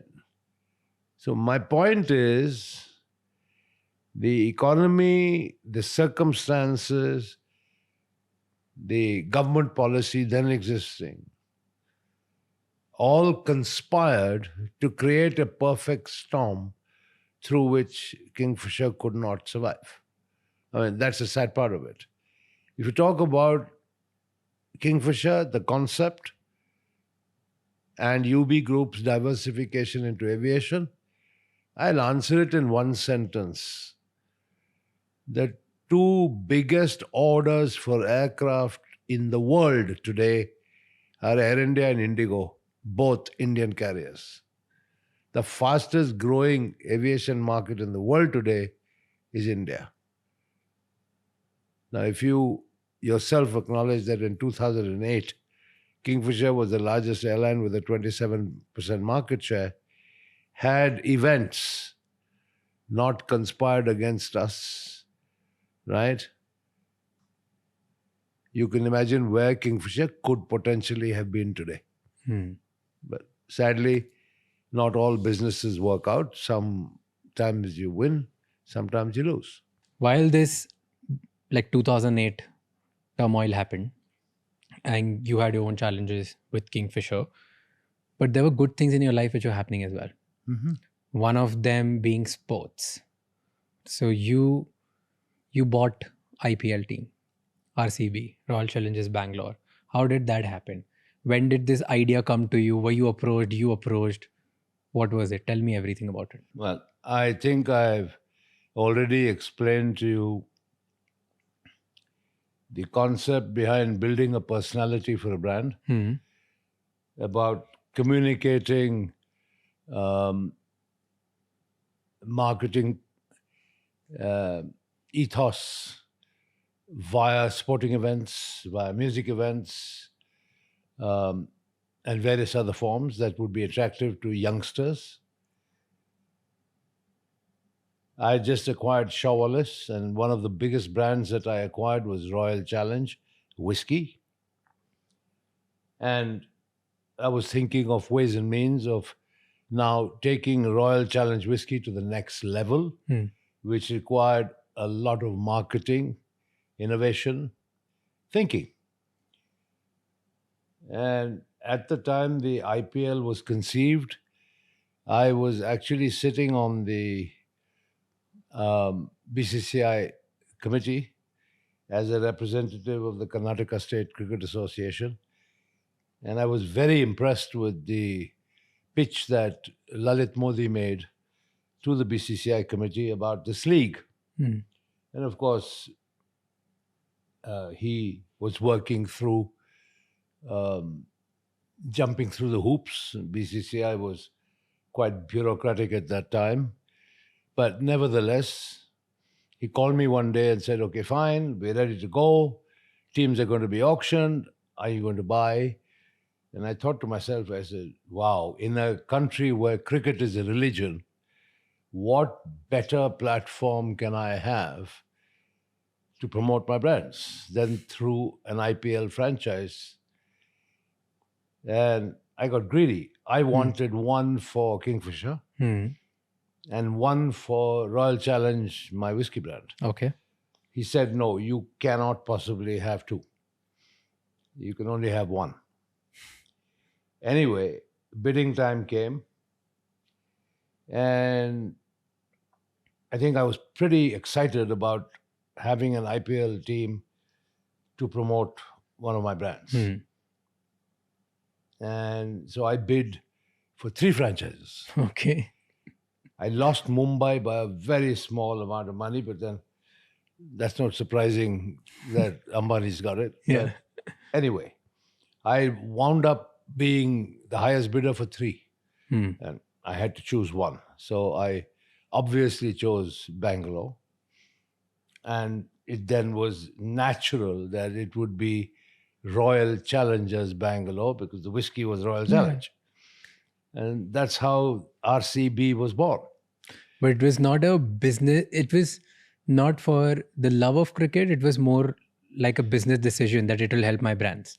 Or was it both? This is it. The media narrative will be, well, vanity project.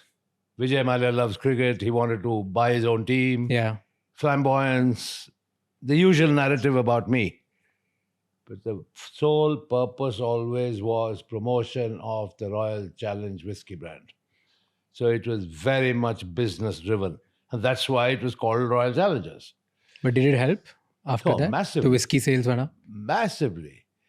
Massively. And of course, I mean, quite apart from it doing its job to promote the whiskey brand, the IPL franchise model itself, as explained in great detail by Lalit, and which is true now, is that the revenues, the media revenues are so high, the payment of the franchise fee over 10 years is over. So now there's a significant net profit for every franchisee. It's like a very profitable running independent business. So much so for it being a vanity project. How much did you buy it for? I think $112 million is what I bid.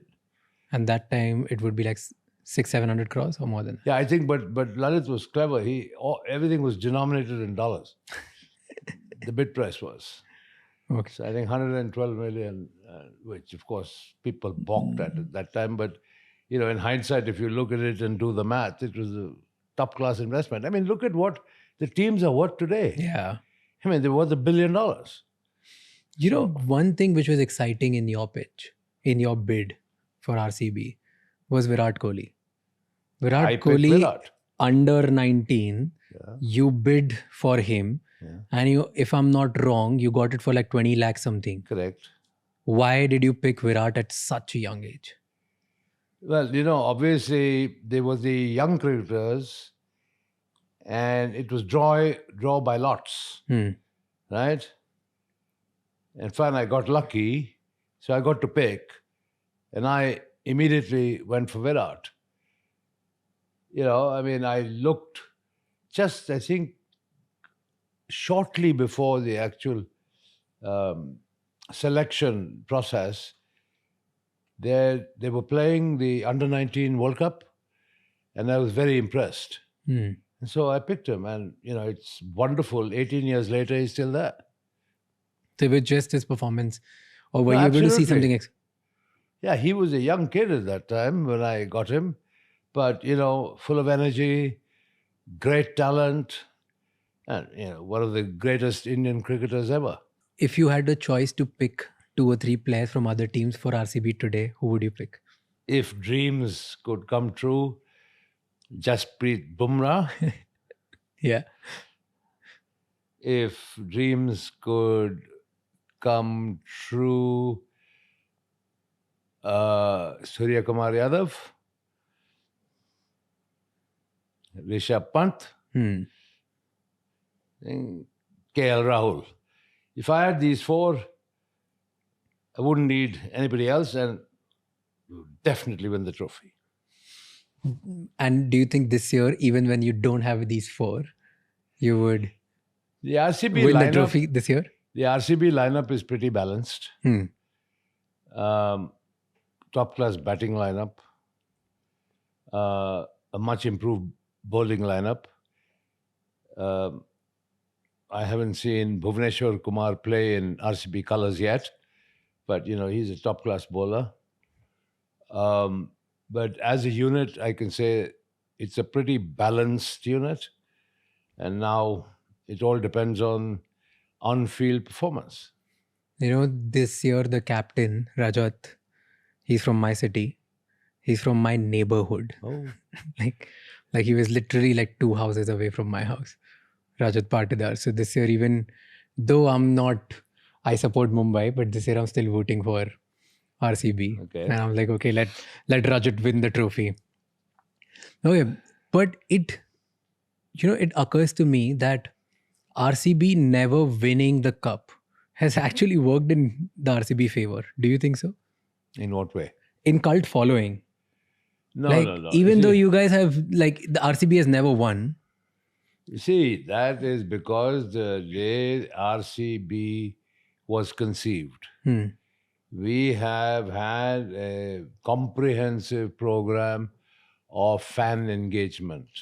Okay. Right? We've had the IPL window is 2 months. Well, we have had activation programs stretching over all 12 months to keep the RCB fans engaged.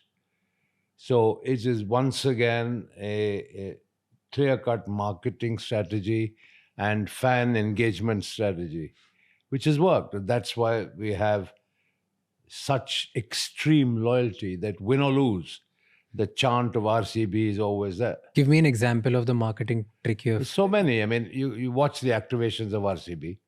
Longevity, right? You remember Ooh la la la le le oh? Yeah. Remember? Yeah. Ooh la la la la le, oh. Yeah. When was this conceived? You don't know. Well, let me tell you. 1996 World Cup of Cricket. The Kingfisher West Indies cricket team.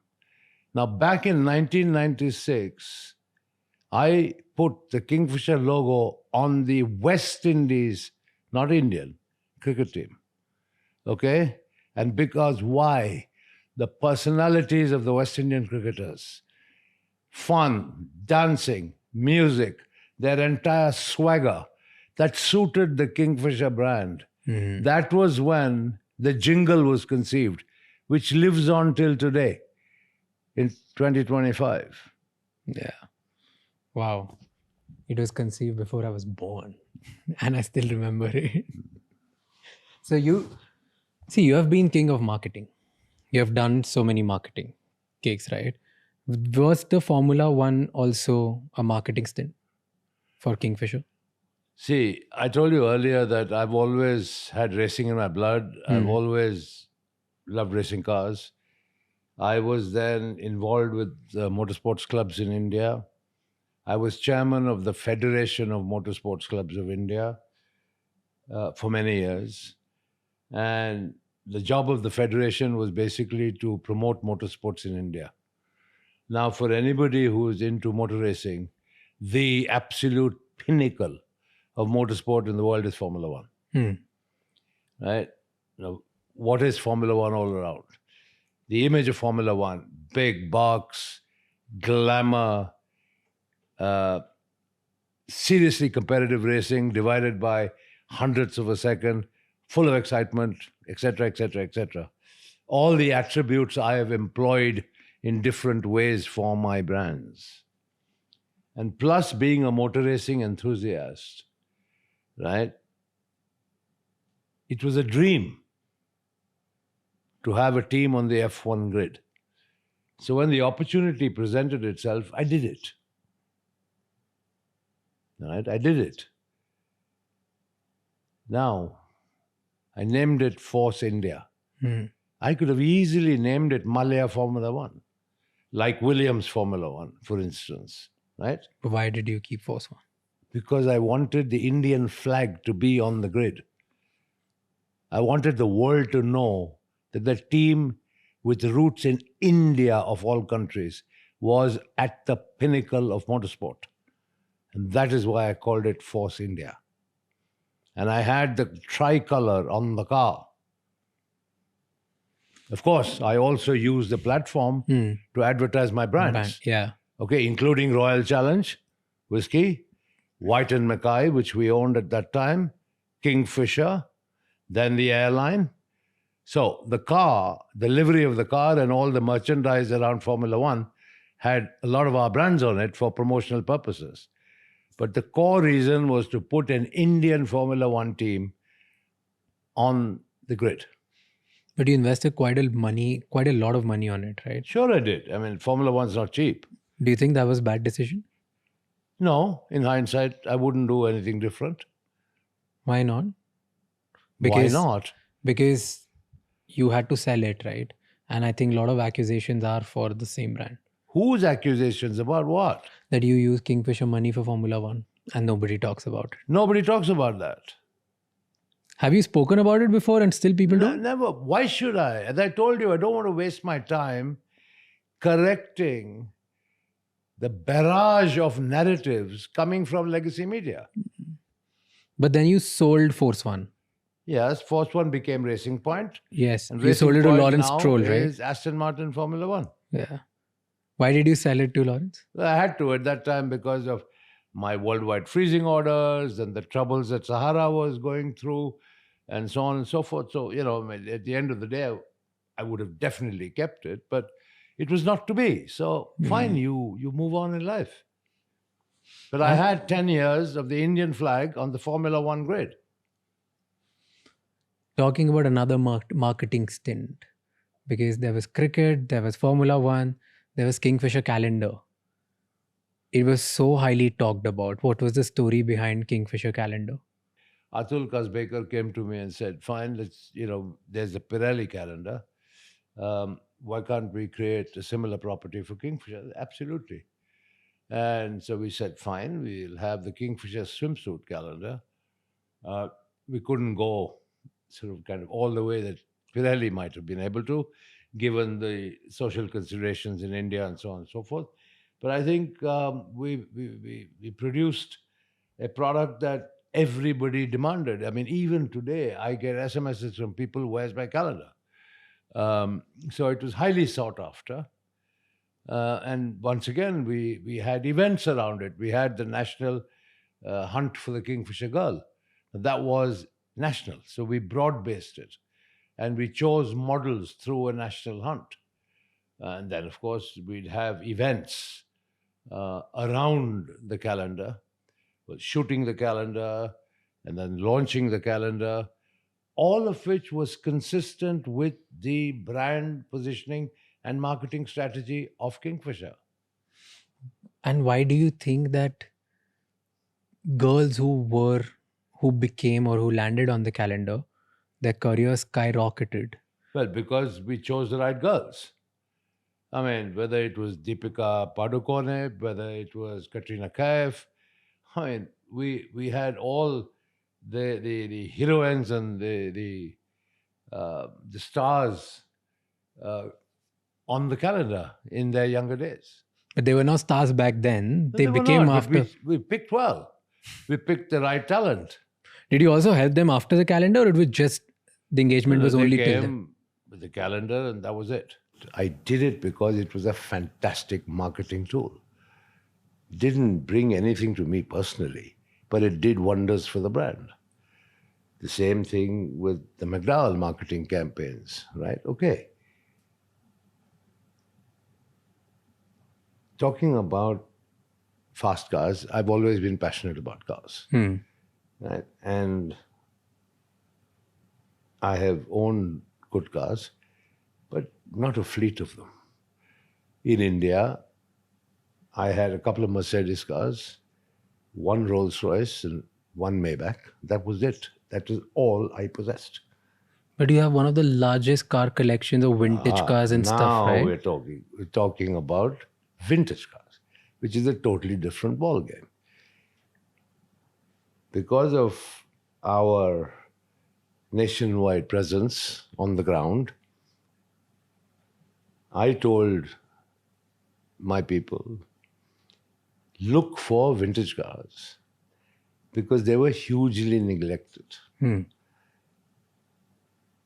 Many, many cars went to India in the 20s and 30s. The Maharajas in India were probably the biggest customers for famous cars such as Rolls-Royce. But these cars were in a state of ruin.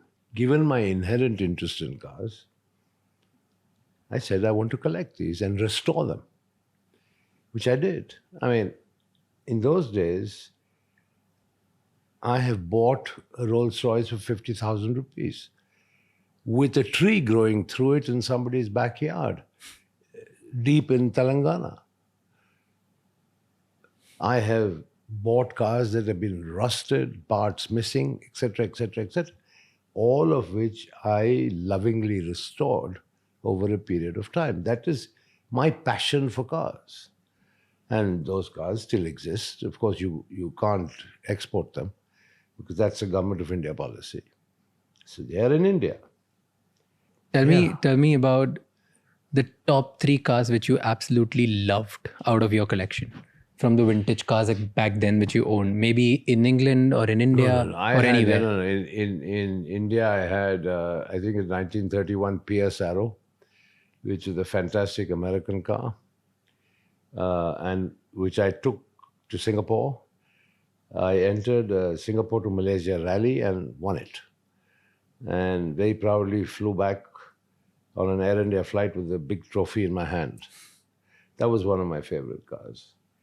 I have a Rolls-Royce Silver Ghost that was supposedly owned by the Nizam of Hyderabad with a very unique body on it. That's a special car. I have, I think, a 1903 Darracq, which looks more like a horse-drawn carriage. It's French, with a single-cylinder engine, still runs.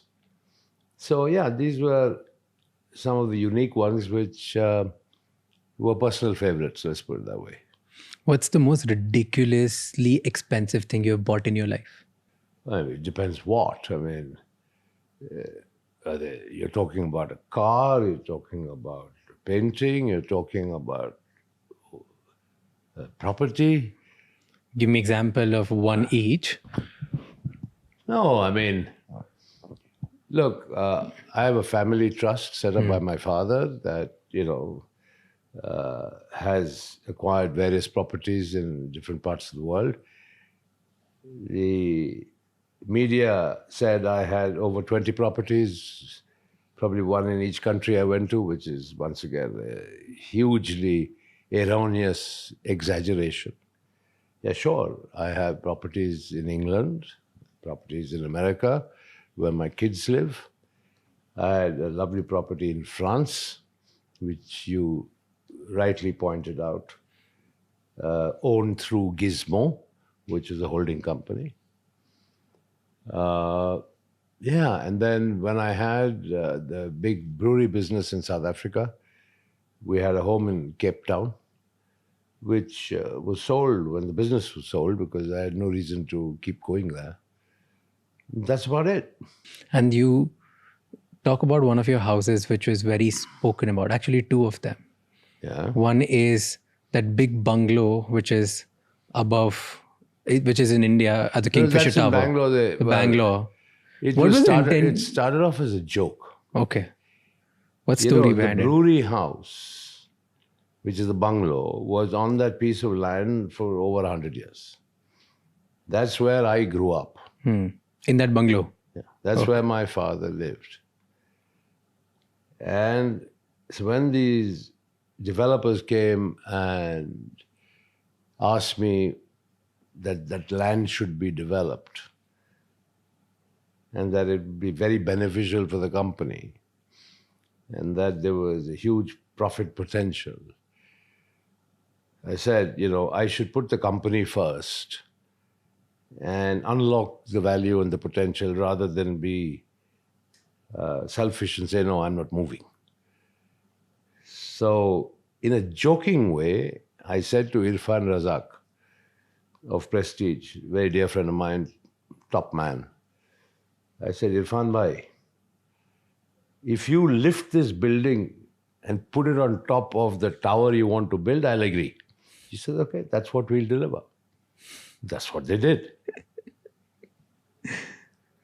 Wow. What is there inside the house? I always wonder every time I go to Bangalore. It's unfinished. It's unfinished because it's embroiled in this UBHL liquidation controversy right now. But, given that the banks are settled, and I think UBHL should come out of liquidation and be restored to its shareholders, which is what I'm working on now. Was this also a reason why, because you marketed so well and you marketed at the place or with the tools, which were very, very public in nature, very loud in nature, there was a line which I read in a newspaper which said, you are a showman and your father was a businessman. Is that why people misunderstand you? Because of the nature of your... My father was a businessman, and I really am not concerned about being referred to as a showman, because the showman created the world's largest alcoholic beverage company, which my father as a businessman would have loved to see. Do you think your father, if he was here with you, things would have been different for you? You would not land in this? Absolutely not. Absolutely not. I mean, if you see what I've been through, it's illogical. It is a sustained campaign and a sustained attack on the government's favorite poster boy. Right? Now, whether my dad was around or not would not change anything. What has been attempted and what is being done.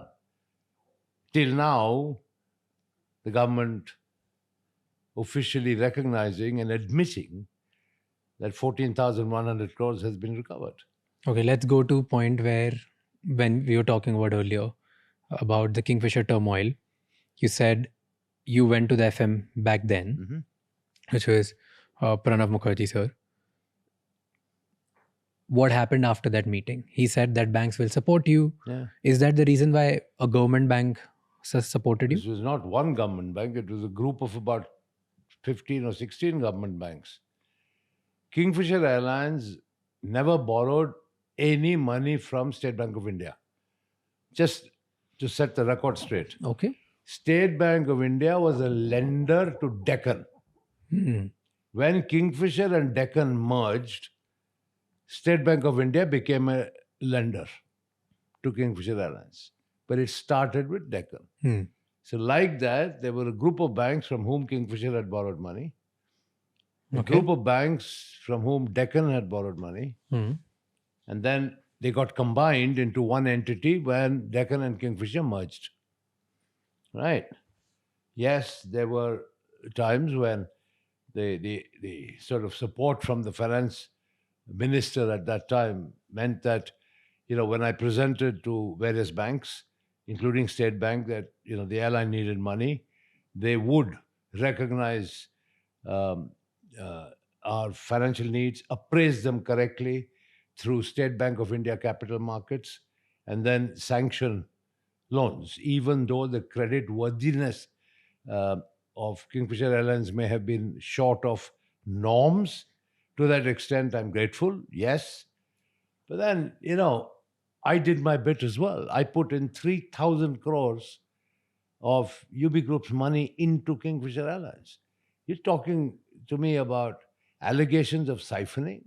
You're talking to me about allegations of misusing Kingfisher Airline funds for my lifestyle for Formula One. Nobody ever talks about the 3,000 crores I infused in cash into Kingfisher Airlines to keep it afloat.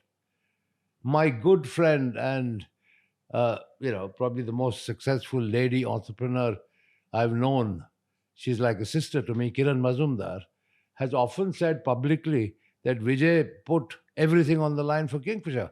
I did. But that's not appreciated. That is not appreciated. That's sad. But let the narrative be what it is. See, you put everything you had into reviving Kingfisher Airlines because you believed in the vision. Yeah. Right? But at the time when you asked loans, the company was not doing that great. Correct. Right? So you still got loan from the consortium of 17 banks. Correct. The reason was they believed in your vision, or the reason that they were influenced by the government to give you the loan? Yeah. They believed in the vision. They did their own appraisals, right? And please never forget, I gave my personal guarantee. And United Breweries Holdings Limited also gave its personal guarantee. If anybody had, bad intentions, if anybody had intentions to divert money, siphon money, steal money, would anybody put themselves on a line with a personal guarantee? Think about it. So all this narrative of चोर कभी अपना personal guarantee देता है क्या? That is why I say in the last 9 years, I haven't bothered about changing this narrative, because it is what it is. It's written by the Indian media, of course, prompted by the government, who have had their own press conferences, etc. I mean, Sambit Patra, the BJP spokesman, called a press conference and bandied around in front of the Indian media letters that I had written to Prime Minister Manmohan Singh, trying to establish a nexus, right, between me and the Prime Minister, and alleging some sort of wrongdoing by the then Congress Prime Minister. I mean, one could see through the political rhetoric straight away. I mean, why wouldn't any Indian citizen write to the Prime Minister for help? Fair. Because I never asked for money. I asked only for policy changes. Let's go to the series of events. After this, what happened? What happened? So, I'm quoting just pure research. Okay? Quoting whom? Quoting pure research of what's out there on all the newspapers. So, you got a loan from banks, and usually the normal nature of providing such big loans is people give you this kind of loan against collateral. And in this case, bank took brand name of Kingfisher as collateral and gave you the loan. One of the collaterals. One of the collateral. What were the other collaterals? Several other stocks, shares, property. So stocks and shares. Shares, property. And stock and shares, which is again quoted, at that time were at the price of 38, 39. But banks got it at 68, 69. You're talking about Kingfisher Airlines shares. Yeah. What about all the other shares of UBL and USL? Nobody talks about that. But where do you think they got this 14,000 crores from? I'm talking about back then. Like, 1 minute. They have sold assets and realized 14,100 crores. Yeah. A large part of which were my shares. So you have only focused on brand value. You've forgotten about the shares. No, I'm talking about shares. Suggested, wait a minute. I never suggested that the brand value would generate 14,000 crores. My shares that were pledged did. So there's your answer to all this narrative. So you're saying that... I'm not saying, it's fact. No, so the facts are, which you are quoting, is they took shares of Kingfisher Airlines at the double price because they were also getting shares of UB. Mm-hmm. That's why there was some kind of negotiation which was played on. No, it's a multiple basket of securities. But still, why would a bank pay twice the share price? Look, nobody dreams up a share value.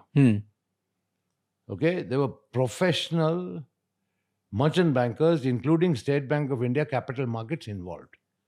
They arrived at a share value. The part of the loan package was that Kingfisher's shares in the airline itself needed to be pledged to the banks. But that was not the only pledge. It was part of a basket.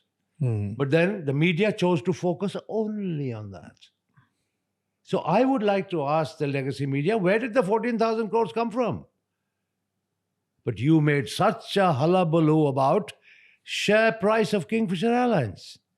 Now you see. Now do you see how people pick and choose to discredit you? Isn't it pretty evident? Okay. So then this happened. Again, a business decision by banks. They did everything. There was no influence involved. It was pure play business decision by a bank between you and the banks. You should ask them this question. You lent the money. On what basis do you lend the money? They should answer the question. I'm the receiver. First of all, and let me clarify here, when you keep saying you borrowed, I never borrowed 1 naya paisa. Vijay Mallya has never borrowed a single rupee from anybody ever. It was Kingfisher Airlines, the running company, that borrowed. I was a guarantor. Please, there's a big difference. And then the money came in, but Kingfisher Airlines was still bleeding. Whatever the case may be, I also put 3,000 crores. You put in 3,000 crores, you put in everything, and you tried to revive it.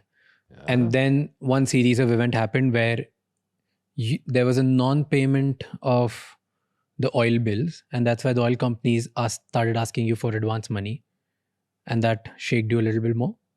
Well, yeah, the working capital cycle got disrupted. It's natural. Then there was another series of events that Kingfisher Airlines was not able to pay the airport fees, the landing charges. Listen, when a company goes through a cash flow issue, it affects everybody. Yeah. You cannot isolate one particular creditor or vendor. No, so I'm coming to something. If there's a cash shortage, okay, it's across the board. So across the board, then there were catering companies which were affected. Whoever, there was no food. Everybody. After one by one, there was non-payment of certain things, cash flow issue. Did you, at any point, did you think that this is not going to work? You were still pushing. You were still trying to push it. I was pushing in the hope that the foreign investment that I had already negotiated was going to fructify, which I had already agreed, right, with James Hogan. But the permission never came. It was sad, and I guess my misfortune, that 6 months after Kingfisher collapsed in October 2012, that the same Etihad was granted permission to invest in Jet Airways. Okay. Then another thing happened. Okay. So you were expecting all of this would happen. You asked your people, your staff, your employees to wait that the money will come in. Yeah. But they were not paid. The staff was not paid. Sadly, no. Right? But there's again a statement that your international employees were getting paid, Indian employees were not. And the reason is that because internationally you would have held accountable, in India you could get away with anything. Was that the reason? I didn't know that. But why were you paying international employees and not your? It's very simple. The money was available through ticket collections in England. Because money was available, staff salaries were paid. In India, the High Court of Karnataka had frozen over 260 crores worth of cash. Okay, now I'd like to focus on this non-payment of salaries. There has been a hell of a lot spoken about it, all right, which has pained me no end. It has seriously pained me. In my track record as chairman of UB Group, I would ask anyone to check on how I cared for my employees. I was proud of the care that I gave to my employees. Why would it be different for Kingfisher employees? The company in India had no money. There was UB's money of 260 crores in the bank with the bank under the control of the government of Karnataka. We applied officially and formally to the High Court, please release the money to pay the salaries. Court said no. Why? The same banks objected. The same public sector banks objected. Why? Why? Because they said wanted. that money belongs to them. Because the company had defaulted in payments. But as far as I was concerned, I asked the court, please release those monies to pay the employee salaries. The banks objected, the courts refused. But you personally took salary from Kingfisher Airlines, 33 crores a year? No. I took salary of 33 crores a year, I wish. Why do they talk about it Who then? talks? Show me the balance sheet where it's written. Can you show me? Not the balance sheet, but the media talks about it. I can show you an article. Ask the media where's the balance sheet. So you never took salary? I never took 33 crores of salary. Or did you take any salary when other people were not getting paid? Obviously not. So when you really think I'd pay myself to the exclusion of other less well-to-do employees? That's what the world thinks. That's unfortunate view of the world about me, which is sadly completely false. But then they all were on the road striking against you. If you would have spoken to them in a nicer way, probably, or I don't know. Spoken to them, tried to explain to them. But at the end of the day, they did what they thought was best. They were under stress. I respect that. I'm not blaming anybody. Okay, a couple of people have said some nasty things, which is fine. If they are under pressure and their livelihood was under pressure, I fully understand that and I take it in my stride. But the fact, any suggestion that I willfully did not pay or that I ignored them and enriched myself in the process is completely false. While all of this was happening, something really tragic happened. One of your employees' wife committed a suicide because they were not able to pay themselves. Were you aware of that? I became aware of that, and upon investigation, that was the culmination of a long-standing dispute, marital dispute.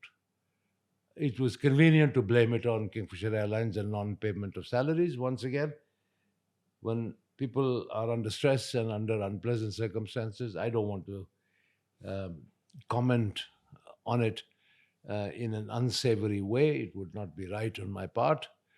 I mean, my sympathies are with the family that lost one of their kin. But I can tell you that we investigated the matter, and okay, sadly the tragedy did happen. And yes, sadly, equally sadly, that family had not been paid their salary. If you'd like to blame it on me, fine, I'll take the blame. As I said, I'm not afraid of taking blame where blame is due. Now, I can face up to reality and truth. Did you feel like you should have said sorry to employees? Because I you were sent not able to? condolence letters. Of course I did. Yeah, but I didn't copy the media. I wrote a letter of condolence, but I didn't copy the media. Here's what pissed people off. That in your private life, you were enjoying. Yeah. You were buying the Tipu Sultan sword. You were buying cars in the UK. The value of a Tipu Sultan sword would not have paid salaries. The two Mercedes-Benz cars, the figment of people's imagination, would not have paid the salaries. And if your suggestion is that I should have laid low in some artificial way, forget the employees, forget the shareholders of all the other businesses, United Spirits, United Breweries, MCF, everybody. Really. That would have been very fair, isn't it?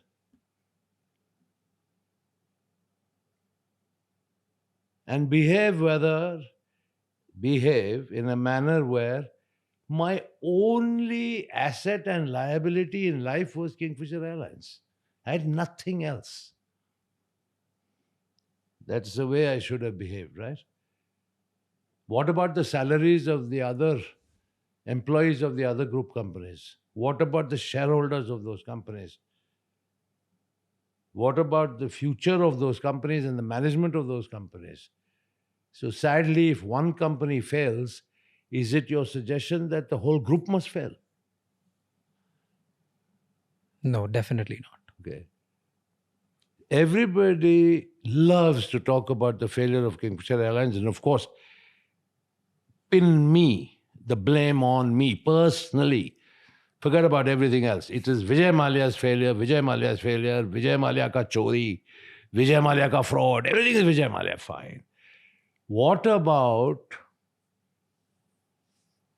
United Spirits Limited, United Breweries Limited, from where it started to where I left off, and the wealth creation in the hands of shareholders and the wealth creation in the hands of employees, probably amongst the highest in India in the corporate sector, highest, all forgotten.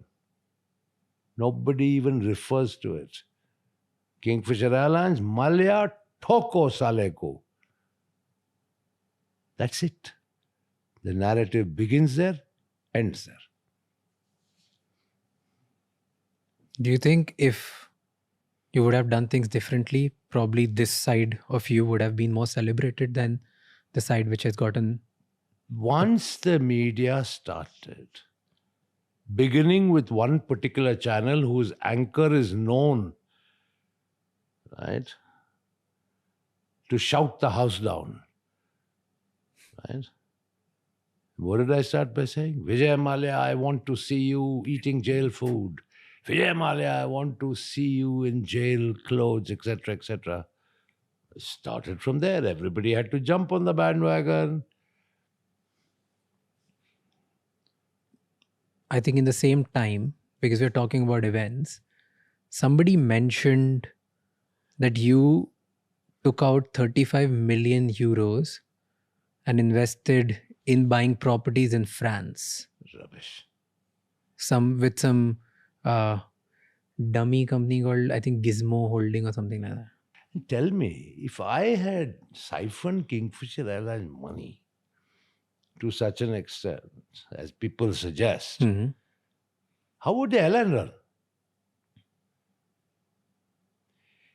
On the bank's own admission, on the debt recovery tribunal's own admission, 4,999 crores was the debt. Right? Yeah. Rest is all interest.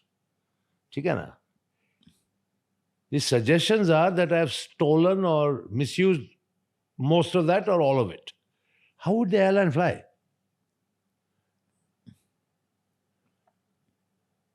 If all the money borrowed from the banks Vijay Mallya pocketed, how would the airline fly?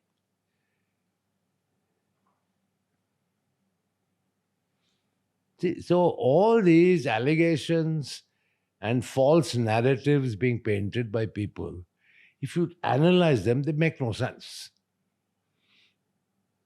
What also is not making sense to me is when the government said that they're going to support you in 2008, the FM said that they'll provide the loan, which they probably did with the banks. Later in 2011, the union minister of the same government they started objecting that you were not paying even taxes. 150 crore was pending, and they started putting you in the public eye. But they were arrears.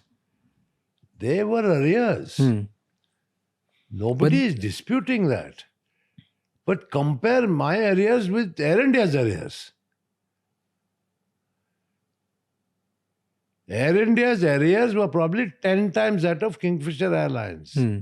That was because of the stress of the aviation sector. And why did Air India didn't get anything and you got everything? Every little scrutiny happened with you if Air India was in trouble more than you, which actually was the case. It's a fact. Yeah, it's a fact. They were in a more daunting situation than yours, like the airline. Yeah, but all the focus was only Kingfisher. Why? You should ask those that turned on the spotlights. Why do you think it happened?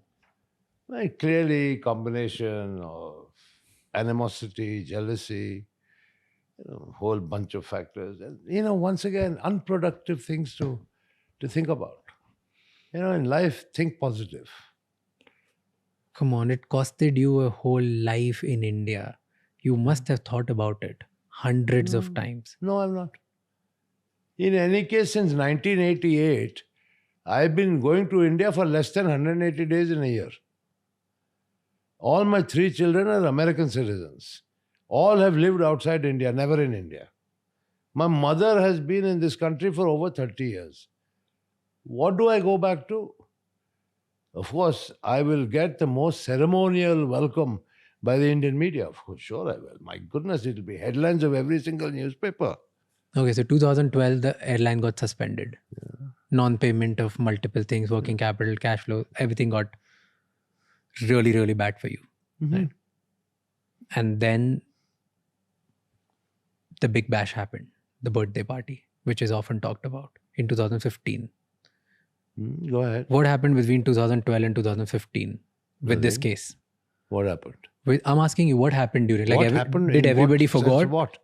Did everybody, they were not bothered about Kingfisher Airlines, or what the cases were going on? Of course, everything was going on. Nothing stopped. Nothing stopped. Because people don't talk about that often. What happened? What was going on? Nothing was going on. That's when the willful defaulter and all that. You know what the willful defaulter is all about, right? Tell me what is about. The banks call a willful defaulter of somebody who has the money but won't pay. Yeah. That's called a willful defaulter. Yeah. Right. I made 4 settlement offers to the banks. Between 2012 to 2015? Yes. Which they refused to accept. That nobody knows. What was the settlement that you were offering? So many settlement offers, including before the court. Right? So it was always the intention to settle. I flew through Hyderabad and met the chairperson of the State Bank of India at their training academy in Hyderabad and offered a settlement. It was always my intention to settle. Never did I say I'm not going to pay. And why do you think they didn't accept it? They wanted 14,100 crores. That's why they didn't accept it then. They didn't want your 5,000 crore because they were expecting it to go up. Like the sale of your assets will be much higher than... Whatever. Is that? Yeah. Had they accepted my offers, they would have got 5,000 crores. Today they've got 14,100 crores. But is there any proof do you have where you offered them settlement and they didn't accept from 2012 Take to out the records 2015? of the Supreme Court of India. The proof. What better proof than the records of the Supreme Court of India? Public documents.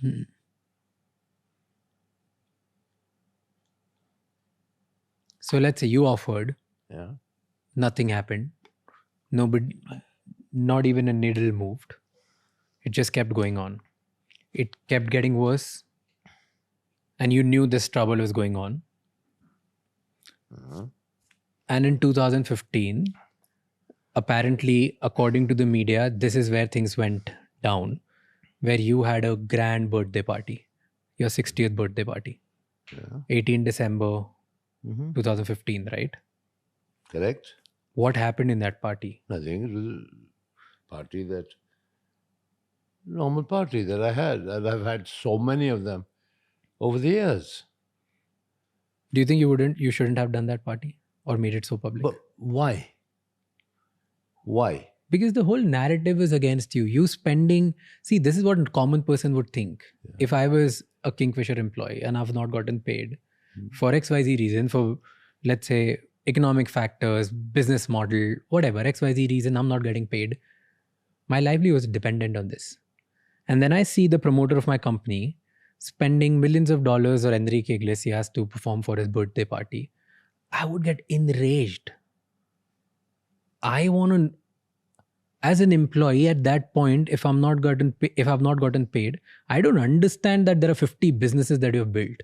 I understand only one thing, that the promoter of my company is enjoying on my expense. I would agree with everything that you said, except your last, at my expense. The promoter of the I'm talking company, like a common person, that's why I'm asking. fair enough. The common person didn't know that upon objection by the same banks, Karnataka High Court declined to agree to drawing readily available cash to pay the salaries. Right. Okay, I agree with you. The suffering employee would have also said, the man has United Breweries, United Spirits, is none of my business. Right. Right. So I could have been a thorough hypocrite. I could have come here to London and had my party and nobody would have even known. Right? Yeah. Would that have solved the problem? No. Okay. But you So, didn't do that. You did the public party in India. It's not public. Sorry. It was by invitation. But of course, everything that I do is covered by the Yes. media. And I paid for it myself. Kingfisher Airlines was in no position to pay. I paid for it myself. Maybe in hindsight now, okay, and we're talking about December 2015 against an airline that shut in 2012. If you're talking about my birthday party in December 18, 2012, you probably have a more significant point. But 3 years later, in December 2015, okay, a milestone 60th birthday, right? Still being held against me with such venom, I don't quite get it. But okay, maybe it was a mistake. I should have probably come here to London and had my party and nobody would have known. But once again, because I was transparent and lived my life pretty transparently as I always did, the media latched onto it and bashed me for it. Fine. So everything in the last 10 or 15 minutes, maybe more, that you are questioning me on are Indian media generated comments and narratives. None of these are facts. But are you not apologetic about what happened? Apologetic. What do I apologize for? For only to the only for the employees of that business, for no one else. After putting 3,000 crores of my own money into the business, I need to apologize. You've been wronged, but so have your employees of Kingfisher. What would you say to them who lost their jobs, who still hold angst against you? If you were directly just talking to them and not me, what would you tell them? I would say I'm deeply sorry for what happened to them. I would say I'm deeply sorry that some of them didn't get paid their salaries. I have no excuses to offer. I take full responsibility. But for those who care to listen, there was money lying in deposit with the Karnataka High Court. I specifically applied to court to pay the salaries of Kingfisher Airlines staff. The banks objected and the court refused the permission. There was really nothing I could do beyond that. And what would you tell those employees who are still questioning that, hey, we were in trouble and you tried everything to get that money from the court, but it didn't help?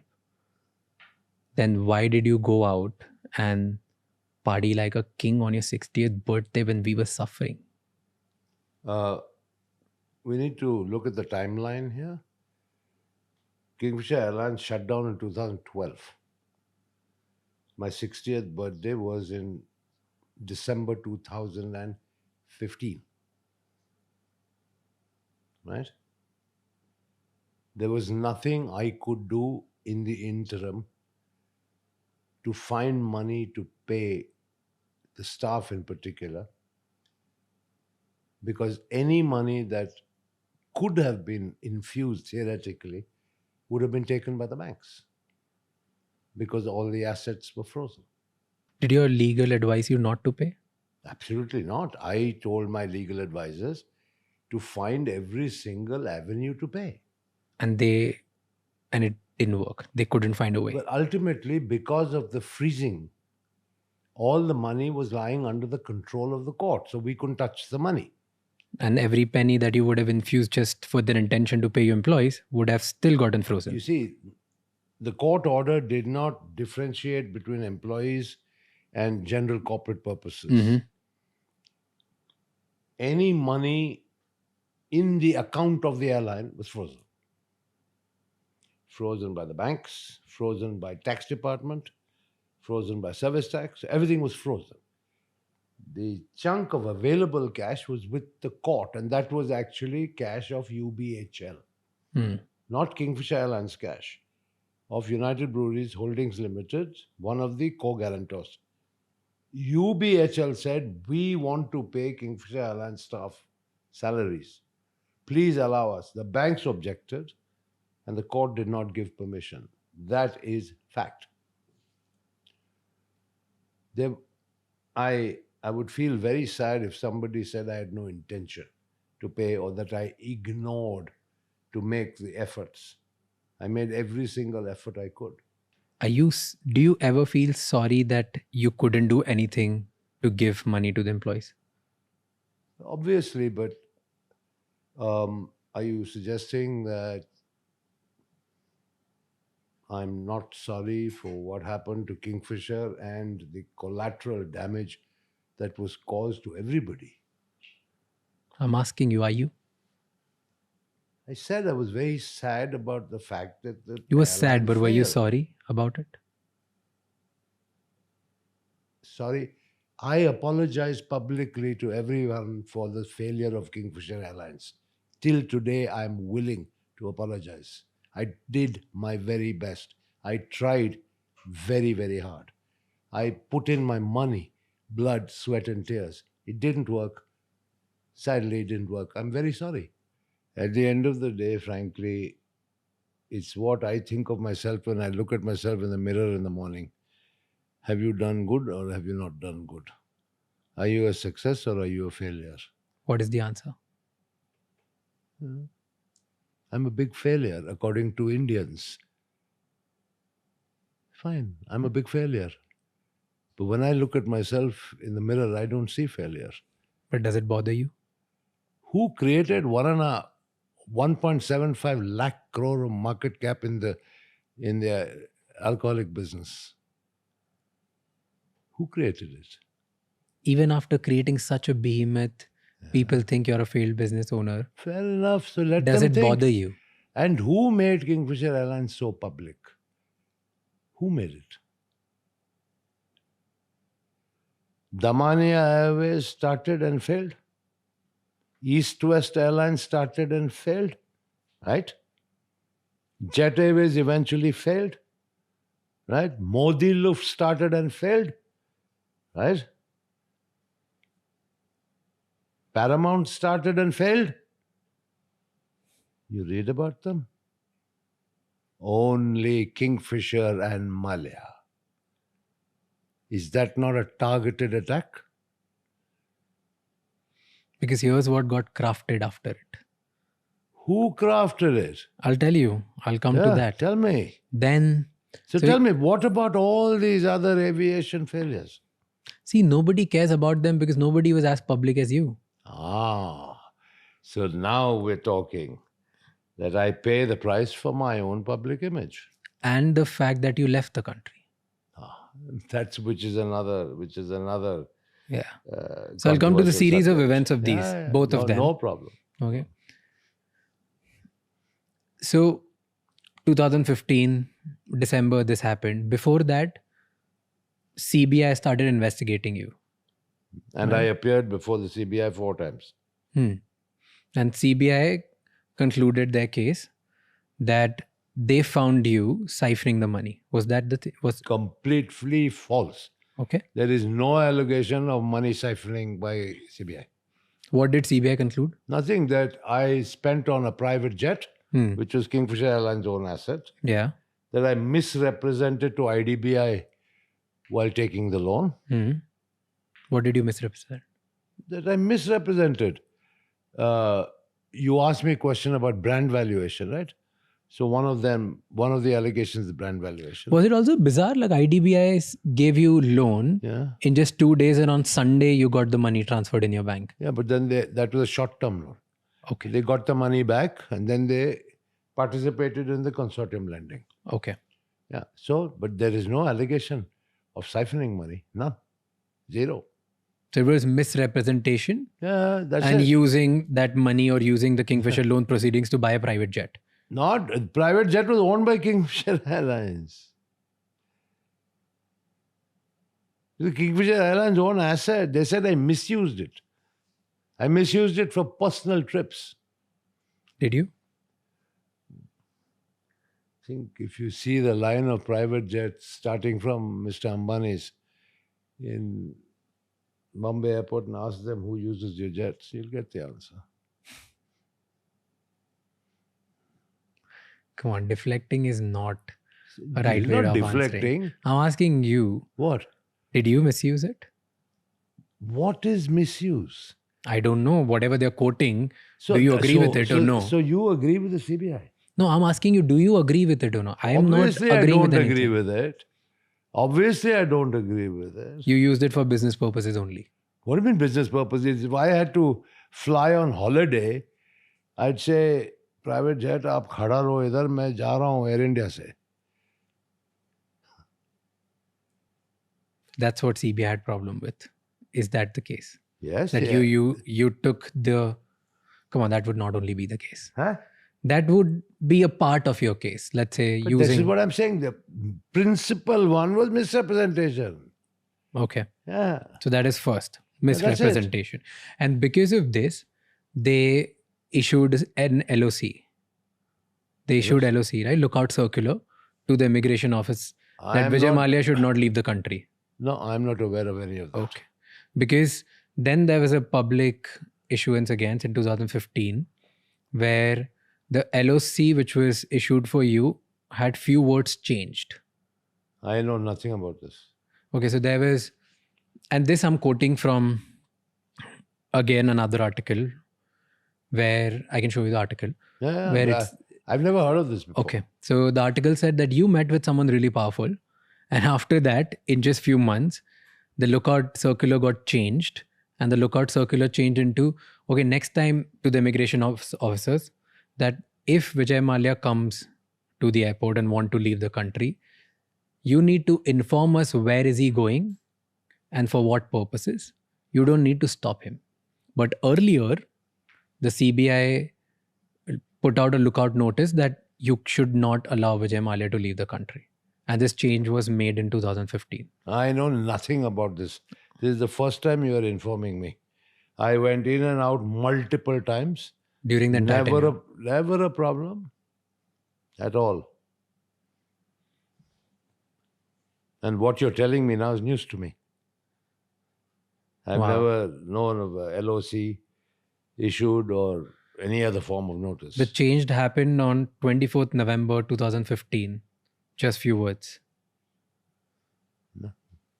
And it specifically read, this was a fresh LOC, that he needs to be questioned before leaving the country. Where is he going? And this needs to be informed to CBI. After that, he can continue traveling. He should not be stopped. That's fine. That you said when in 2015? 24th November 2015, a fresh LOC was And before that? circled. Before that, there was just, I don't have an I must exact have date. gone in 4 times before that. Oh. So then, where's the LOC? So all of this is random thing that you met someone really powerful in Delhi and got changed, and you changed your CBI circular or something. Nonsense. Okay. Then another series of event happened, because after your public birthday party, people started losing their shit. They started getting pissed. It became even more public. This 2015, end of it. Your Supreme Court interfered, I guess. Supreme Court entered in this whole case, and they put up a bench that 3rd March 2016, your case needs to be heard or needs to be represented in front of Supreme Court. On 1st March 2016, I think you were in Delhi, you went to the parliament, and 2nd March, you left the country. One day before, when you were about to be present in front of Supreme Court. Is all of this real? Or none of it is real? No, this is completely false. There was no Supreme Court hearing.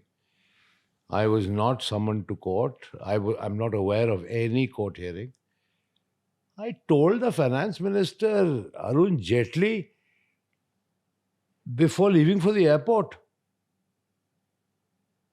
And then I flew from Delhi to London. I was on my way to Geneva for a FIA World Council meeting, which was fixed months ago. I told the finance minister, because I went from Parliament to Delhi airport.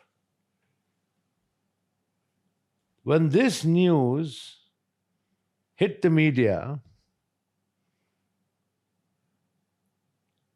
once again, it created a storm. Yeah. People went running to Mr. Jaitley. He denied meeting me. A Congress MP saw us and then said to the media, no, I saw them together. Mr. Jaitley had to retract his statement and say, yes, I met him, but only while I was walking. It was a fleeting meeting. I never said I went to Mr. Jaitley's office, sat in front of him, had tea with him. All I said is I told the finance minister while leaving, I'm going to London, I have to go to Geneva for a meeting, I'll be back. Please tell the banks to sit across the table and settle with me. How long does this take, this one sentence? A minute or two. चलते चलते बात हो सकती है ना? हाँ. मैं थोड़ी ना कहा कि मैं कुर्सी और मेज के सामने बैठ के डिस्कशन कर रहा था. But you see the way He denied it. Then when the Congress MP pointed out his mistake that he saw us, he quickly changed. This is the problem with the media, particularly where I am concerned. They conjure up stuff, they blow things well out of proportion. Okay, if it's good for their business, let them continue doing it. So all of this is nuisance that on 2nd of March, you left Delhi airport for London in a Jet Airways flight 9W122 from T3 with 55 big suitcases. And somebody says 27, somebody says 55. I mean, different newspapers, different stuff. What difference does it make? They say LOC, then they say no LOC. Then I tell the finance minister I'm going. Then he says no. Then he said no, he had a fleeting meeting with me. And all this 15, 18 suitcases, complete and utter rubbish. So your intention was never to leave the country? Look, please understand this whole narrative of Bhagya, Bhagoda. Because this is where it starts. Yeah. This is coming from people who don't know their facts. Tell us the facts. I came to England in 1988. I got my indefinite leave to remain, ILR, in 1992. For 32 years, I have been a permanent resident of the UK. Allowed only to spend 180 days in India because I have preserved my non-resident status since 1988. All right. That is why I used to go back and forth so often. All right. So I came. I was attending a scheduled meeting in Geneva, like I told you. What happened? The loudest anchor in the television industry started. All the media piled on. Huge hangama. How did Vijay Mallya leave? How did he leave? Like any normal person on a Jet Airways flight. That too after telling the finance minister that I'm going. Driving from Parliament House to the airport. Right. So this whole tamasha started. Right. How does government normally react to media frenzy? Check your own facts. So I said, okay, let things cool down. On top of that, I was negotiating with my foreign collaborators to sell certain shares so that I could pay the banks. My intention was always to settle with the banks. Right? Yeah. So I wrote to the enforcement directorate who sent me a summons. I need some time. I'm negotiating. I want to settle with the banks. I've got some business to do. I've already appeared before the CBI. Of course I will appear before you. Right? Just give me some time. What happened in the meantime? They revoked my passport. Revoked it. Okay. When was this revoking? 2016. Oh, right before you left. Before Right after you left. Yeah. Passport gone. How to travel?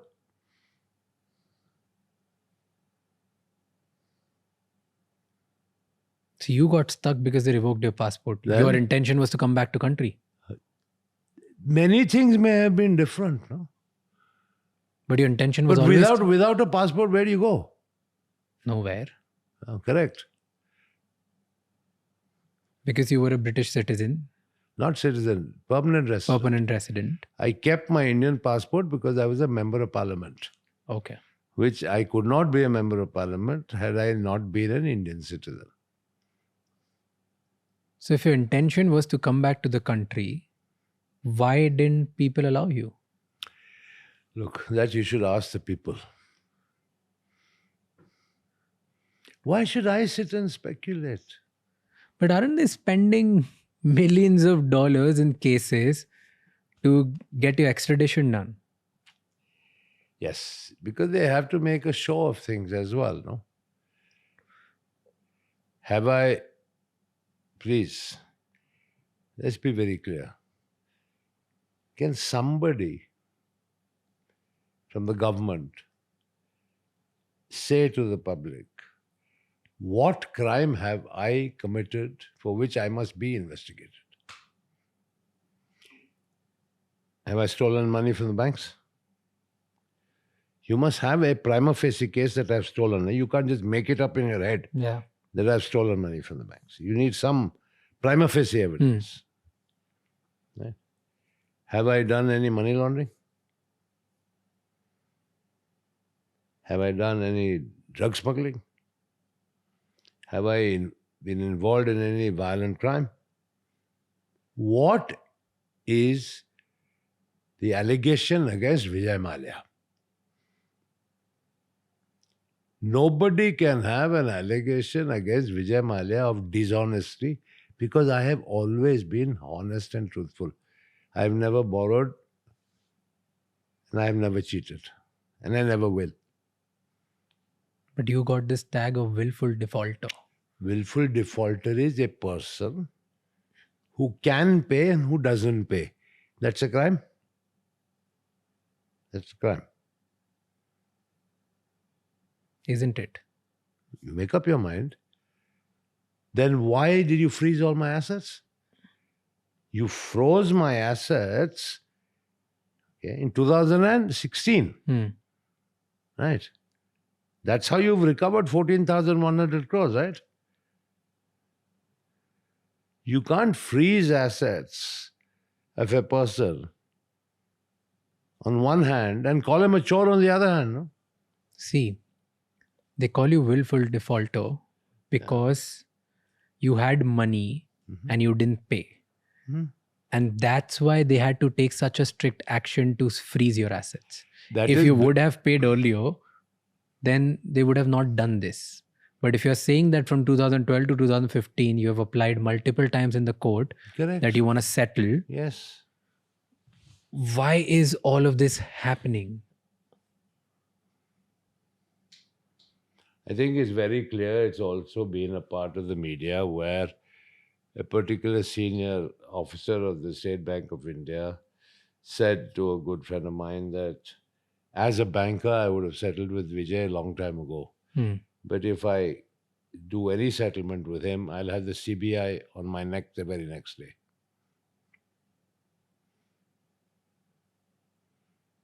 And why do you think CBI has to do all of these things?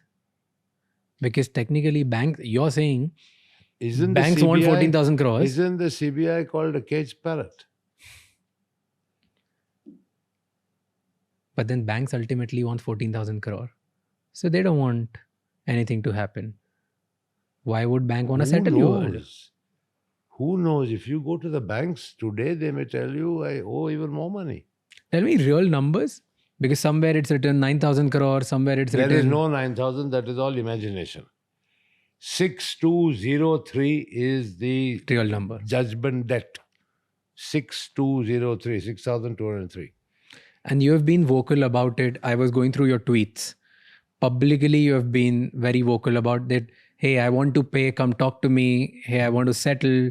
There are multiple times you've just said it. I've shown you letters I've written to the banks. Nothing. We cannot engage with you. Period. Right? You were part of the parliament. And you were influential. You had money. You were powerful. You could do nothing about all of this. What went wrong? That probably is the cause of everything that followed. Who do you make a poster boy? Somebody who is insignificant, is it?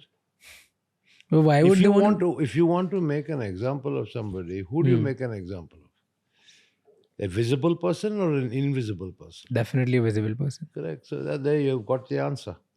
But why would they want to make an example out of you when you were ready to settle?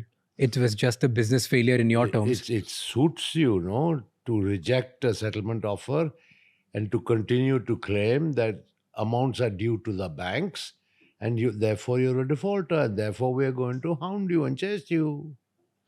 It suits the narrative.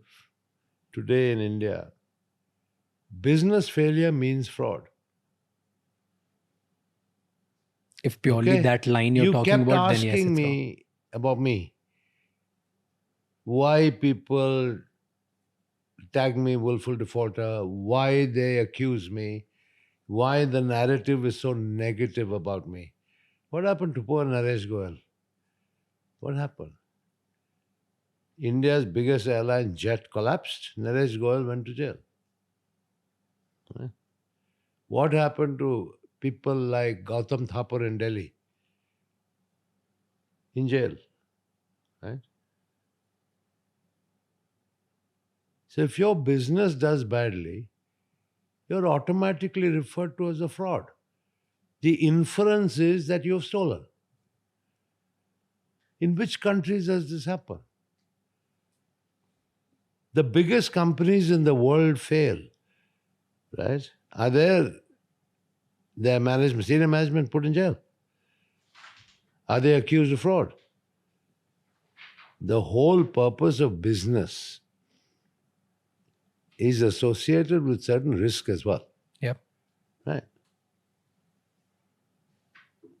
But in India, sadly, you have a business that fails, you're accused of fraud and improper conduct.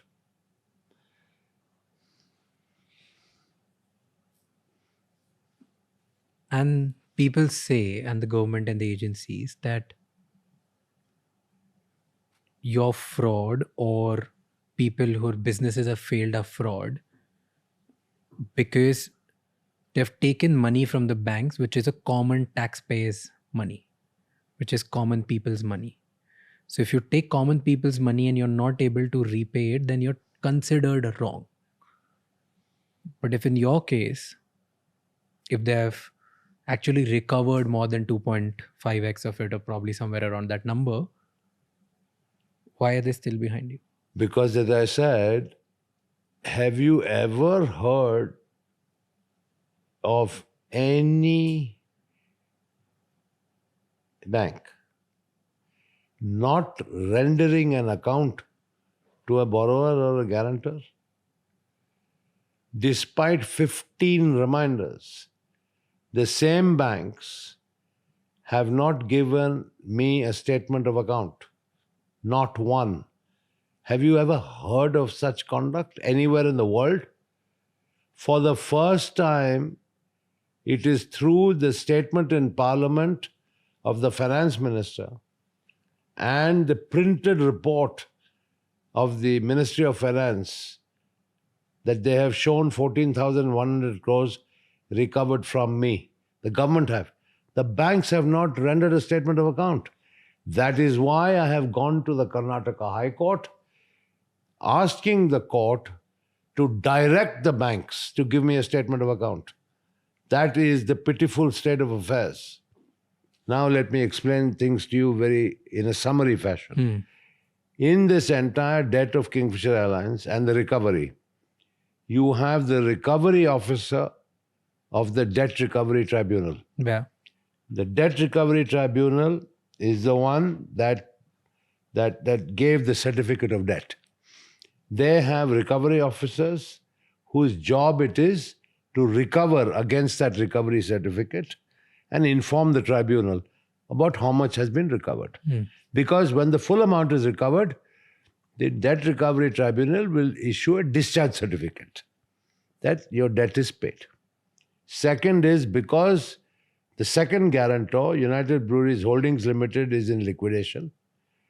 It is in the control of the official liquidator. The official liquidator is also obliged to give an account to the court, right, on the liquidation, which includes being a co-guarantor of the Kingfisher Airlines debt. Right? Both these have stated in court, in judicial proceedings, that the banks have been fully paid. Yet the banks have not submitted a statement of account. I have had to go to the Karnataka High Court pleading with them to please direct the banks to submit a statement of account. And of course, the official liquidator and the recovery officer as well. This is the conduct of those banks. And you're asking me questions about why they didn't do this and why they didn't do that. Does it happen with other entrepreneurs as well? Well, I'd be shocked if it did. I've never heard of anything like this. Do you think the Indian system gets rigged against the entrepreneurs or the business owners who get too powerful after a point? It's certainly riggable. Because in your case, this is what happened, right? In my case, all the facts are there for everyone to see. Then, sir, Simple. what's the future? Like, what's going to happen now? What's happening? In your story, what you're telling is completely different than anything and everything that any Indian person out there who will do little research about you would find. It's completely different than what you're telling. But if you do research on me, what are you going to find? You will only find the narrative generated over a period of time by the Indian legacy media and to a certain extent the government and what they have said. And of course, when I say government, it includes CBI and ED and this, that, and the other. All right, that's all you'll find. All of which is false narrative, either deliberately written or, in some cases with the media, ignorantly written. So is there a businessman, politician, media kind of nexus against you in India? I don't know who is against me except this government. And I made no bones about it that I am their poster boy. I am also a political football, right? You must have heard the narrative. BJP tells Congress, tumne loan dilwaya. Congress responds to BJP, tumne bhagne diya. Vijay Mallya is the football in the middle. What is the biggest challenge of doing business in India? Government. Explain. Government. It's in the Indian DNA. No matter what the state government or a federal government may say about ease of doing business in India, there is no ease of doing business in India. There are hurdles, bureaucratic hurdles, political hurdles all along the way. They may have reduced over a period of time, but no, I mean, you can't compare India and ease of doing business in India with any of the Western economies. But how did you manage that before? Like earlier, you expanded your group from a couple of 100 crores to thousands of crore. Then definitely you must be navigating somehow with all these challenges. What did you do? That's what I said. I had to maintain good relations with almost 29 countries. That's the 29 states, all of which were empowered by the Constitution to have their own policy on liquor. So I had to effectively be in the good books of 29 chief ministers. What do you mean by becoming or getting in the good books of the government? Well, like, were you doing favors? They were asking favors to you? Was there... Look, let me tell you, when elections were announced, I would desperately want to take a holiday outside India. Why? Because I didn't want to be accessible. The politicians always felt that, the liquor business was the cash cow that would meet their electoral aspirations. And, sometimes these aspirations were completely unreasonable and impractical. But no, I mean, look, dealing with government doesn't mean underhand exchange of money. Okay, it definitely doesn't. I mean, whoever said that, I can buy my way through X, Y, or Z is wrong. Okay. You can have good relations with people, and provided you present a proposal to them that meets their own political objectives, it works well. But would there ever be exchange under the table as well? All of that used to work or no? I'm not going to confirm or deny that because I leave it to your imagination. Because I think you know India as much as I know India. And they would ask for backing the election campaigns? That's what they would ask technically. Or was there something else as well? Look, the demands were varied. Give me example of 2-3 demands. The demands were, first of all, cash. Second, copious amounts of alcohol, which seems to be an essential part of any electoral campaign. For free. Vehicles. Cars. Yeah, vehicles, jeeps, cars, yeah. So it was multifarious. But the easiest for me was to disburse alcohol, which is, at the end of the day, I was in a privileged position heading India's largest alcohol company. I could say, all right, fine, But yeah, alcohol plays a big role in elections in India, even today. How do you make money now? How do I make money? Like today, how do you make money? I get a modest salary from my company. Not the Indian companies. No. So do you own anything here? There are companies here or in other countries? Of course. I told you I've been a non-resident since 1988. Okay?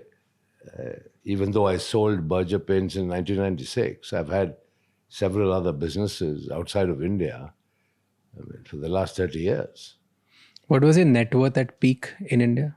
I don't know, because it fluctuated with the share value. But if any number you had? Subject to great amount of speculation. Okay. Frankly, what difference does it make? What's your net worth today? I don't know. Probably zero, according to the banks. Probably. Walk me through your day today. What do you do now? Nothing. After all of this is done, what time do you wake up? How do you keep yourself busy? What do you do?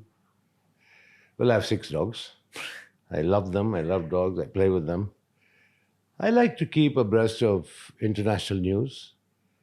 I love my dogs. I play with them a lot.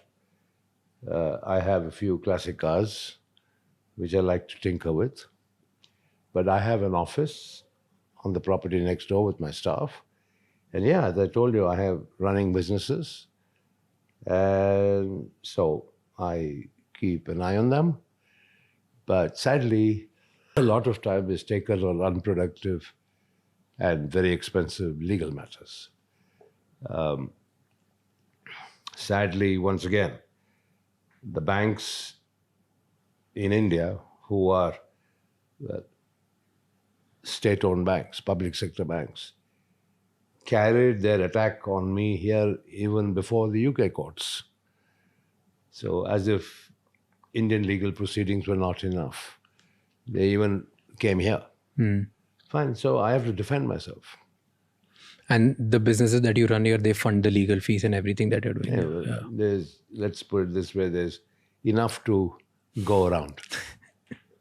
What kind of businesses are here? The same brewery or something else? Oh, yeah. Basically, say my core business. Alcohol, brewery, or all that. Yeah. You love it. You love doing the same thing. That's what's in my blood. I used to joke when I was young. I said I was born in a bottle.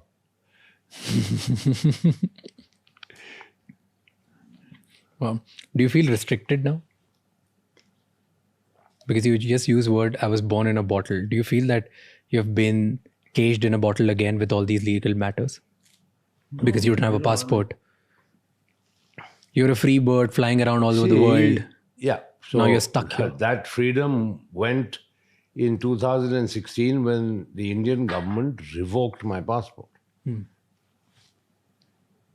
So it wasn't a suspension, it was a revocation.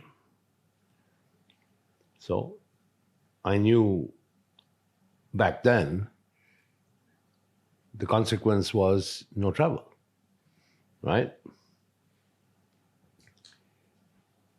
So for a guy who used to be on a plane 3-4 times a week, flying around the world, to be in one country for 9 long years, certainly a game changer.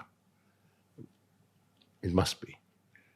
But it's not a matter of life and death. I mean, it isn't that profound because there's enough and more to do and to enjoy a quality of life that, okay, has shrunk in many ways from what used to be, but it's still okay. One must get on and move on. Does it not bother you? No, it doesn't bother me. Do I look bothered? No, Not to me. It's not a question of what is the meaning of do I get up in the morning and wipe my tears away every day? No. Someday, some point, you're like, I'm done with this. Like, what the hell is happening with me? What is my solution? What are my options? The government of India has revoked my passport, right? All I can get is a one-way travel pass to India. That's it. What about my constitutional rights that every Indian citizen is entitled to a passport? And what happens if I try to enforce those? It'll drag on for years in the court. By the time I might be too old to travel. So don't you feel lonely here? No, well, I have a lot of my friends here in England. A lot of people come and visit me. Well, another one of life's lessons is when times are tough, you realize who your actual friends are. And I have realized that very comprehensively. I mean, those who used to be my so-called buddies who, in times of my heyday, for lack of a better word, are nowhere to be seen. You used to hang out with a lot of billionaires, Bollywood celebrities, politicians, a lot of people and your friends from the corporate world. They all stopped taking up your calls? No. The politicians certainly stopped. And I think as one of the many politicians explained to me, quite truthfully, which I respect, he said, if we are seen to be associated with you, this government will come after us. Because I think in the political world, I think it's pretty well known and more importantly, pretty obvious that this government is after me. So they want to protect themselves. As far as corporate titans are concerned, I mean, Kiran Mazumdar, bless her soul, she's like my sister, makes it a point to be in constant touch, comes to England, we always have a meal together. And like that, there are a few other good friends who keep in touch, but otherwise, no. Certainly not as frequently as I would have been in touch with them or seen them when I was in India and all these troubles hadn't started. Talk about Kiran Mazumdar Shah. She publicly talks about you and how close you were, like since childhood you were friends. And she talks about your generosity, your optimism. She's been very vocal that you gave it all to save and fight it all. She has gone out in public and said that it was bad times and bad things which happened to you, but you were right and you gave it all away. So she talks about it. And someone of that stature living in a very public market in country like India, usually people stay away from these conversations and people would want to, she talks, but she doesn't. She talks about it every time people ask about you. She's been okay about it. In fact, there was a statement that she said, a lot of people are optimistic. Vijay was probably rather more optimistic than most. And no, it she wasn't talks a about question of just optimism. Let me tell you, Kiran and me grew up together. I talked about the brewery house in Bangalore. At that time, there was a little colony. So there was a brewery house in which I lived and then 4 other bungalows. The one next to the brewery house was actually occupied by Kiran Mazumdar and her father. Her father was the chief brewer and the technical director of UB. Okay. And so Kiran and her 2 brothers and mom grew up in my house, in my colony, with one wall separating us. So we were very, very close. And Kiran has been very, very different. She started off being a qualified brewmaster. How many Indian women can you think of who would go and qualify as a brewmaster? But Kiran was determined to do it, and she did it in Australia. So, Kiran, as an entrepreneur, not only has been brilliant, but has a super brilliant track record.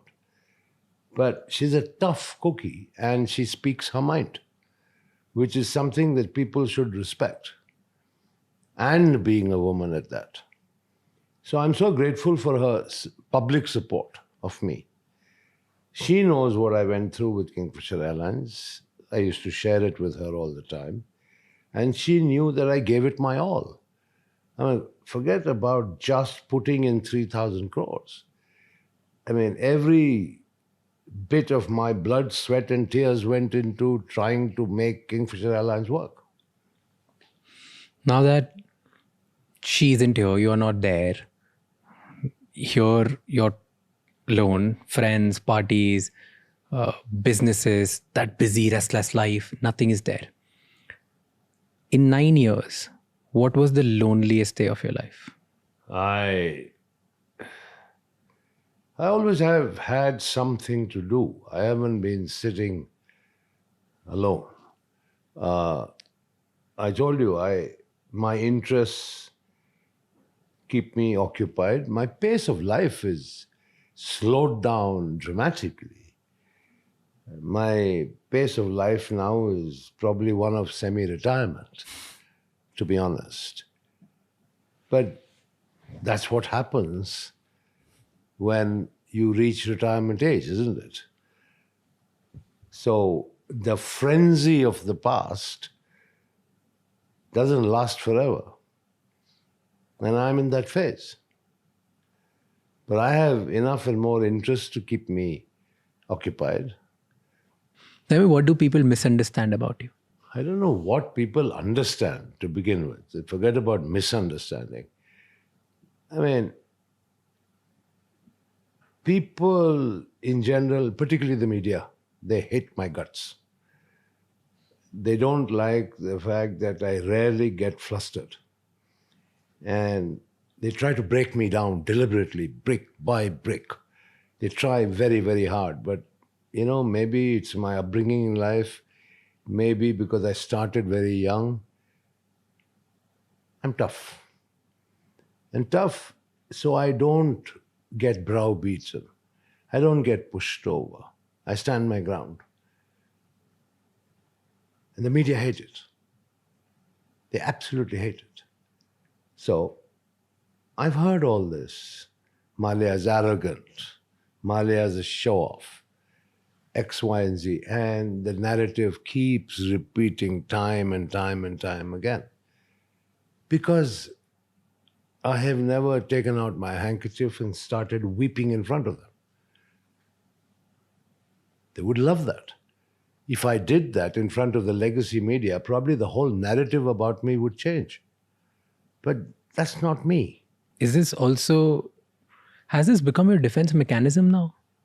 There was never any defense mechanism. Like now it has become your image that, hey, I'm not going to break in front of you guys. So I'm going to stick through it. And that's why I won't show my real side. I won't show my real emotions. I won't show what I'm feeling. But what I'm feeling is real. There is no other side. There is no other side. Please understand. For 50 years, I've been in charge. I've been through a lot. I've been there, done that. It's toughened me up. I faced the crisis of Kingfisher Airlines. I felt it more than anybody else. I gave it my all, but I kept myself together because I was a leader. If I had crumbled and collapsed, the airline would have crumbled and collapsed a lot earlier than it did. What are you feeling right now as you talk about you gave it all and you still couldn't save Kingfisher? Well, I'm sad about it because, it's not just about Kingfisher. I have never been used to business failure. I took risks, I made bold decisions, and I built my core business in alcohol into something I could be greatly proud of. I failed with Kingfisher, and that hurts me more than anything else. Kingfisher was a wonderful product, probably the most awarded airline ever, providing connectivity to places in India that were never connected by air before, and in an environment promising growth.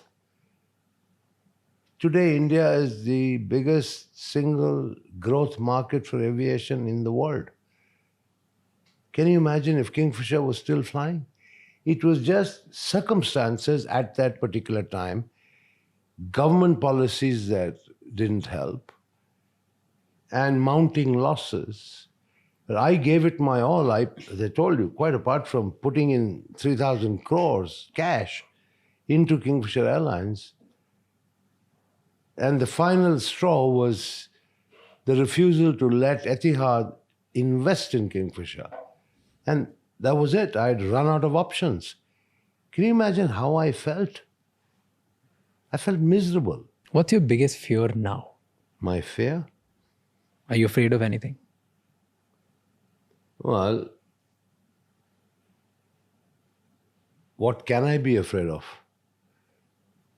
What can I be afraid of? What do I do that would scare me?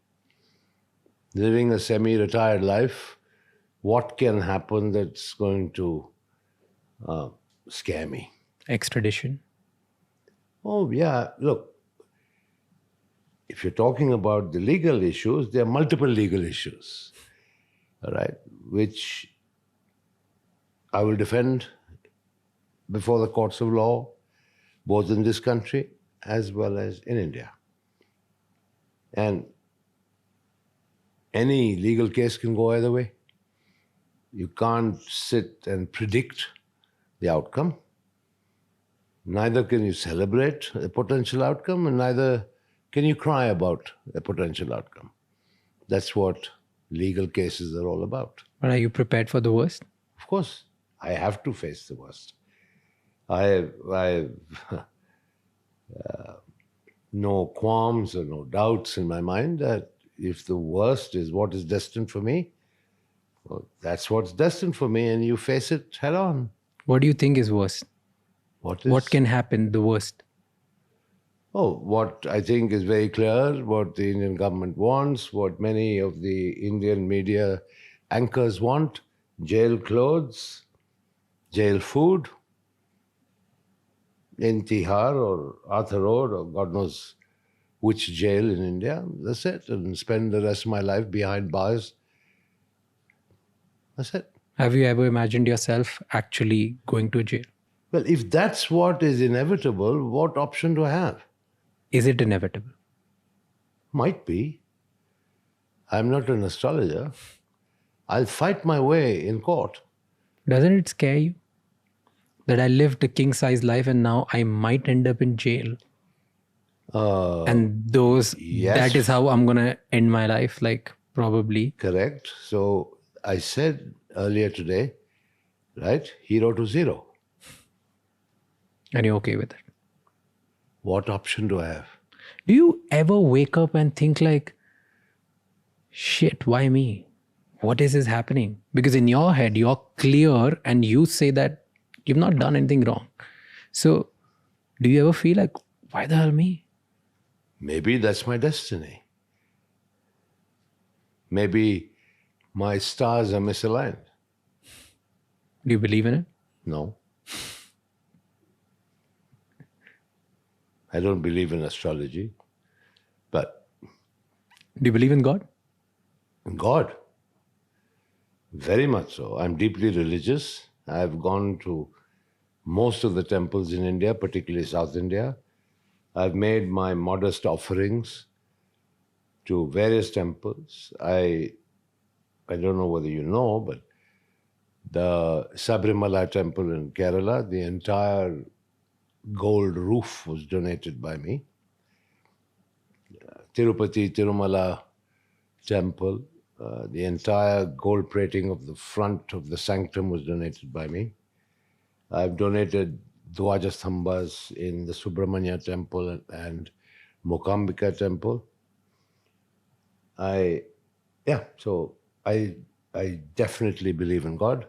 So do you not then question it? No, sometimes I don't question it. I just I believe in God so much. I do so much for my religious belief, and still I'm going through all of this. Yeah, well, ultimately God will protect me. That if I have to have a rough ride in the process, maybe that was also what God wants. Do you think winning the case is important for you now? Or you're like, even if it gets stretched, I've come terms to my life, I'm aging, it's okay. Unfortunately, the word stretch doesn't work in English courts. Okay, there's nothing known as stretching a case in this country. In India, yes, sadly. That's why legal matters take so much time to resolve. Here, dates fixed, trial dates fixed, decision rendered, story over. So you can't willfully kind of string things along. But is it important for you to win? Yes, because I believe I should win on merit. What have I done? I've done nothing wrong. I'm not a criminal. If you could go back to your younger self, what would you tell your younger self? Would you tell him to do anything differently? I think the values I've instilled in my son in particular and all my three children is by example, my hard work. Of course, they were very young, but they've seen how hard I worked. And basically the dedication and commitment to your objectives and your responsibilities. That's it. But would you go to your younger self and tell something different? What choices would I have? If you gave me a choice on what I would choose, I might choose. But if I was... Probably never start Kingfisher Airlines, because that all cost you the trouble. Yeah, good possibility. That maybe I should have just said, I'm going to stick to my core business of alcohol and just not do anything else. Do you think any part of it you would have dealt with little in a different way? Anything about you, about the choices you've made? Yeah, maybe I made one wrong choice in listening to the finance minister, Mr. Pranab Mukherjee. When I went to him, I realized the writing was on the wall. There were very tough times. And I told him I have to downsize this airline. And he said, no, you cannot, and the banks will support you, and so on and so forth. And yeah, I listened to him. Maybe I shouldn't have. I should have gone ahead and downsized it. And had I downsized it, the financial burden would have been far less, and probably Kingfisher would have been flying till today. What's one thing about extreme wealth that common people don't understand? I don't know, because I've never had extreme wealth. Come ever. on. The kind of wealth you had was extreme for a large share of people around the world, not just our country. Once again, a major misconception. Just because I had the Kingfisher calendar with pretty models, just because I sponsored the Indian Derby in horse racing, just because I sponsored fashion, all of which were, to my mind, marketing tools with the singular objective of promoting my brands. And I got the tag of King of Good Times, which gave the impression that I was super rich. I didn't spend a penny from my pocket. None. But you were super rich. You still are super rich. I'm not. All my assets in India have been taken. Right? So yes, there were thousands of crores. They're all gone. Right? So what do I have left? That's India. Here, you're sitting in my house. I've explained my lifestyle. It's normal. What's super rich about it? Come on. This is super. What's super rich about it? This is super rich. Let's just agree to disagree here. All right. Because, That's come fine. on. Fine. Like, what are we even talking about? Yeah, This so- is not a life of somebody, a normal taxpayer or a normal person going to a job or 99% of the people in the world. Were you ever in control of your public image? Why? I never even tried. Because what you're telling, the version that I get to see in last 2 days, and what probably millions of people would get to see now, is a version that is completely different that is out there. That's why I'm doing the podcast with you. You built a personal brand which crashed down way worse than Kingfisher Airlines. Did you ever make it, or it was always just the media who did it? It was only the media who did it. So you were never control of your personal brand ever at any point. Not once. Never even paid attention to it. And you never bothered.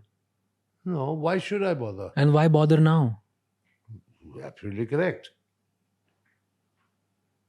But what's going on? Like, why do you care now? Because I'm not talking about brand Vijay Mallya. I'm talking about how I have been wronged. I'd like to show you something. All right. Here is the recovery certificate of the Debt Recovery Tribunal. Right. It says recovery certificate 6,203 crores, 35 lakhs, 3,879 and paisa 42 only. That's the 6,203 crores plus interest at 11.5% with yearly rests. All right. So that is evidence of the debt. Right? Okay. You asked me earlier, where did this 9,000 crore figure come from? This is the official Debt Recovery Tribunal Karnataka Bangalore's document. Yeah, that's And they have said that you owe 6,203 crore rupees. me along with four others. 4 others. Yeah. Correct. Okay. Kingfisher Airlines, United Breweries, Vijay Mallya, Kingfisher Fine West. Correct. Okay. So the assets of all those combined, right, would need to satisfy the judgment debt of 6,203 6,200 crores. Yeah. Before I go very further, I'm the one under attack. Not all 4. Anyway, you asked me about where this 9,000 figure came from. Yeah, because it's written 6,203. No problem. Plus interest, whatever the case may be. That is dated 2017, if you see the date of the document. Yeah. I can't. Where is this? Maybe you should go to the end. Okay. Last signing. Yeah. Date of deliveries 26 July 17. Correct. Okay? And then I'll show you another report about an interview with the Prime Minister. Okay? March 29, 2019, in which the Prime Minister has said he owed 9,000 crore, but government recovered 14,000 crore, says PM Modi on India's action against Vijay Mallya.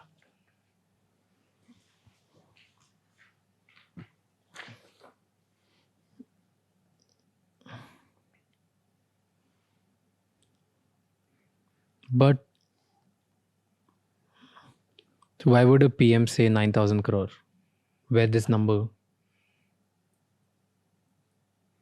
I'm as perplexed as you are because the banks have not ever submitted a statement of account to me, which in itself is very strange.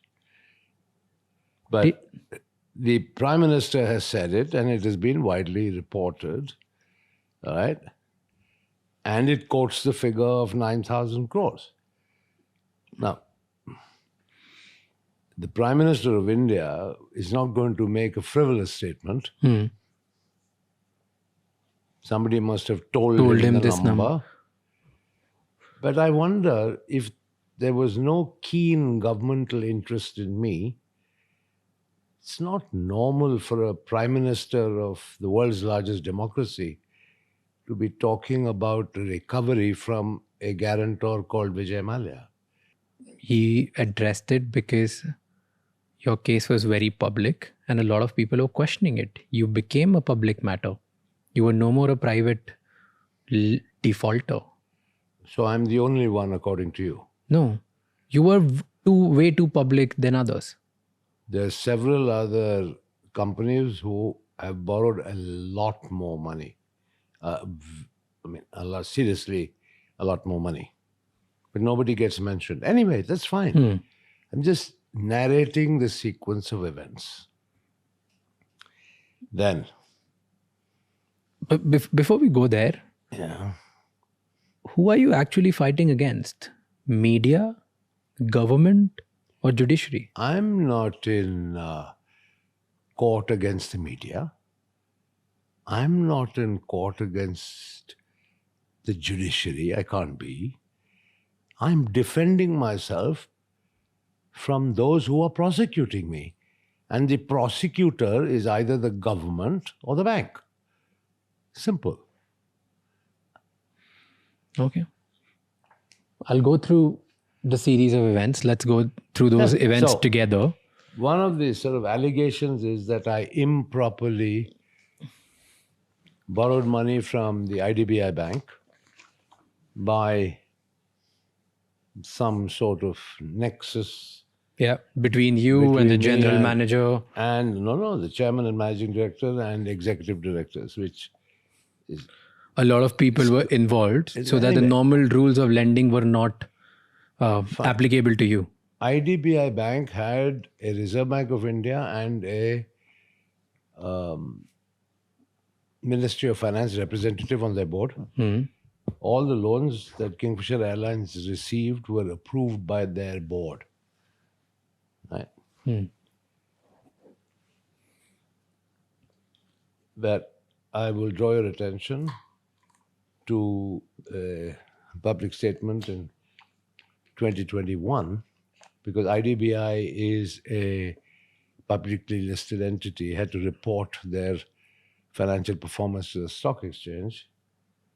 And announcing the Q1 results, the managing director and CEO, M.K. Sharma, said that 278 crores by way of principal and 331 crores by way of interest, aggregating 753 crores, was recovered from Kingfisher Airlines. This is in 2021.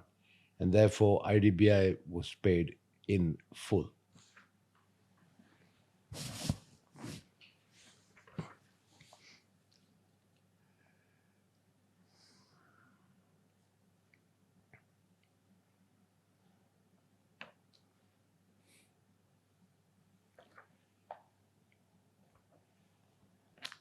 Then why does CBI and ED find you guilty? Because once they file their charge sheets, the presumption is that you are guilty until you prove yourself innocent, whereas the law requires the opposite. You are presumed innocent until they prove you guilty. I'm still waiting for the CBI and Enforcement Directorate to produce evidence of my guilt. But they continue to pursue me on behalf of the banks. Now, you see here, right? This follows the finance minister's statement in Parliament, on the floor of Parliament, on December 17th, 2024, which is a few months ago. But here is the annual report of the Ministry of Finance, printed, hard copy, for the year 24-25, in which they say, under 4.2.14, restitution of properties to victims of money laundering / legitimate claimants. Okay? And it goes on to say, the Enforcement Directorate is not only actively pursuing the economic offenders to unravel the money laundering, but at the same time is also making efforts for the restitution or return of assets to the banks and others who have been defrauded by the offenders. Right? The ED has successfully restored properties valued at approximately rupees 22,280 crores to victims or legitimate claimants. The details of the restitution / restoration done by ED are given below. Number 1, Vijay Mallya case, quantum of properties restored 14,131.6 crores. And in the comments section, details of restoration says complete amount of attached properties have been successfully restored to the public sector banks. How did they recover 14,000 crores? What did they sell? What did they do? They have not given me a statement of account. So you don't know what property or talked- shares have been sold. We talked earlier about the properties that were given to them, right? So everything, walk me through it again if you can, please. What were the things that, how did they recover They 14,000 attached crores? all my assets. And highlight 2 or 3. All Top my 3, shares, which got like 14,000. properties, everything they attached. And they've sold. But in the absence of a statement of account, can you believe it? Right? That from 2017, the date of the DRT order, till today, 2025, the banks have not given me a statement of account. How much recovery they made on which date, how much interest they have charged, how the interest gets reduced because of recoveries made, etc., and what the net position is. Nothing. 15 reminders to the banks from my English lawyers remain unanswered. Letters from me personally to the chairman of the SBI remains unanswered, and my last letter requesting a meeting to resolve these issues came back with a response saying, we are not interested in meeting. I have had to go to the Karnataka High Court to request the court to direct the banks to give me a statement of account. Is this normal? Do you think there is another example like this anywhere in the world?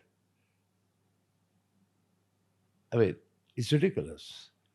So if I'm not targeted, then why am I being treated like this? But recovering all the money that you owed is not as same as you paying them willfully. These are 2 different things. Yes, so Maybe you I committed made 4 different settlement offers from in when? writing. From when to when? So around 2016, including before the Supreme Court of India, which the banks dismissed. Before you left the country, you made this? Yes, absolutely. Absolutely. I've been trying to settle with the banks. Do you have that proof? Yeah, it's public record, Supreme Court of India records. Absolutely. I would also like to remind you, I told the finance minister that I was leaving, in 2016 in March and told him that, Pudi, please facilitate a meeting with the banks to settle this loan issue. Here's something that don't add up for me. On 29th February 2016, Supreme Court announced that the plea seeking action against Vijay Mallya would be heard on March 3. And you left on March 2nd. I'm not aware of this Supreme Court directive. How is it possible? Somebody from insider must have told you something, because if a Supreme Court declares a date against you, how were you not aware? You were already fighting. There were lawyers after lawyers. I'm sure there must be something. Because there was no such Supreme Court directive. Simple. But it's out there in every media, everywhere. But it's written. Like if you go back, if you search today, all the newspapers, online, everything that you see, it's said that on 29th February, Supreme Court directed that, and you left on March 2nd. But my World Council meeting, obligation and appointment was fixed 3 months before that. That is okay. I'm not saying that So that was already a well-established travel plan. Plus, I once again remind you, I told the finance minister himself on the day of my departure. But that doesn't mean that you were not aware of this.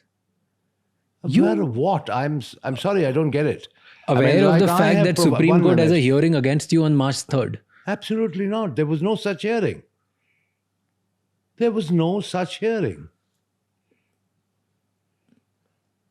Supreme Court has said this. All right. So, like I have provided you documentary evidence, if I'm shown a piece of paper that states that there was a Supreme Court hearing in my case scheduled on the day of my departure, I will March 3rd. You left on March 2nd. Yeah. So, unfortunately, I don't have the Supreme Court document, but I only have news clippings and news. I am not aware of any such Supreme Court directive. I am not aware of it. Okay, then the other case, you said once you landed here, your passport was revoked. You wanted to maybe come back, but you were yourself in shock that the passport was revoked, right? Yes. Walk me through the day when you got to know that you can't come back to India. I don't remember the exact date, but like what were you going through? When did you get, like the moment you got to know that your passport being suspended or revoked? Yeah, but suspension and other forms of restriction would have been understood or perceived differently. But revocation of a passport, it's the most severe form of withdrawal, right? To revoke. Yeah. So, because I did not attend the summons of the Enforcement Directorate, to which I replied, and I said, I'm coming back, but I need some time.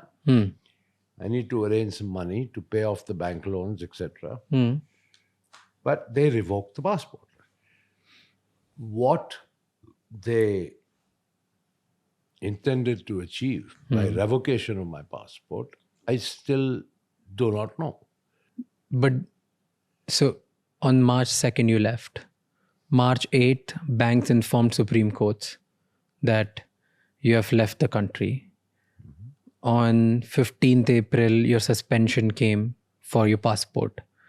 Revocation. The suspension was 15th April 2016 and 24th April was the revocation. You know the dates better than me. Okay, fine. So from 15 to 24, MEA says that because there was no reply from you, they had to revoke it. Why didn't you reply after 15 when you got to know that your passport getting suspended? I replied to them. I don't remember, but they revoked the passport. I mean, that's what matters. Because you were not replying to them. That's what their reply is. That's what they officially told you. That's what they have said it officially in public.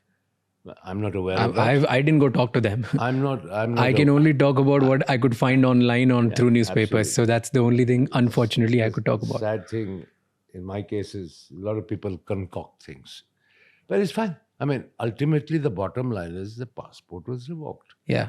Yeah, so And then remains revoked. So didn't you fight back? What is there for me to do? To I get have the to go passport back back? to court. I have to claim my rights under the Constitution of India, that Yeah. I have a constitutional right to a passport, Yeah, etc. so fight like What? everyone else. Like the way you would go I- back and be like, this is wrongfully done to me. So let me get my passport back. I'll fight it. Uh, I'll come back to the country. I'll abide Raj- by the law and I'll fight in the courts. Raj, in your view, how many fronts should somebody open up? How many battles should you open up and engage in? Just everything? Unlimited? I have enough and more to do, right? And I want to focus my legal battles. Remember, they are not only time consuming, reading volumes of legal papers is no fun, and lawyer fees are expensive. So, one at a time. But don't you think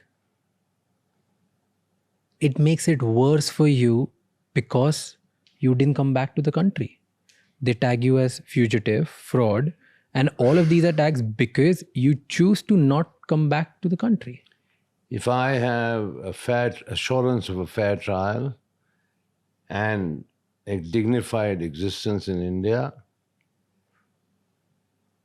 you may be right, but I don't.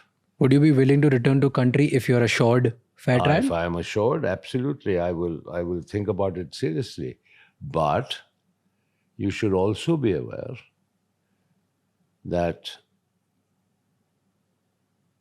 there are other people who the government of India is targeting for extradition from the UK back to India, in whose case they have got judgment from the High Court of Appeal that Indian detention conditions are violative of Article 3 of the Constitution, of the ECHR, I'm sorry, and therefore they can't be sent back. The plea was basically the prolonged detention without trial, for which we all know there are numerous examples. They just lock you up and throw away the key. That's not justice. But you were extradited as well, right? You lost the case. It's all right. I mean, I have a legal They base. arrested you as well and then they left, they That's granted you bail, right? What happened? Normal part of extradition. Normal. That's the procedure. What happened with the extradition? I think my stay in England is fully legitimate. But you lost the case in UK High Court, right? To the Indian authorities. There is more than the particular case that you are referring to. So there are proceedings, ongoing proceedings in this country. That's one of the legal battles I'm fighting that I told you about. But if you're assured a fair trial, what do you think is that assurance? What does it look like? What guarantees would you need that you would ever think of considering? That's something for the lawyers to discuss.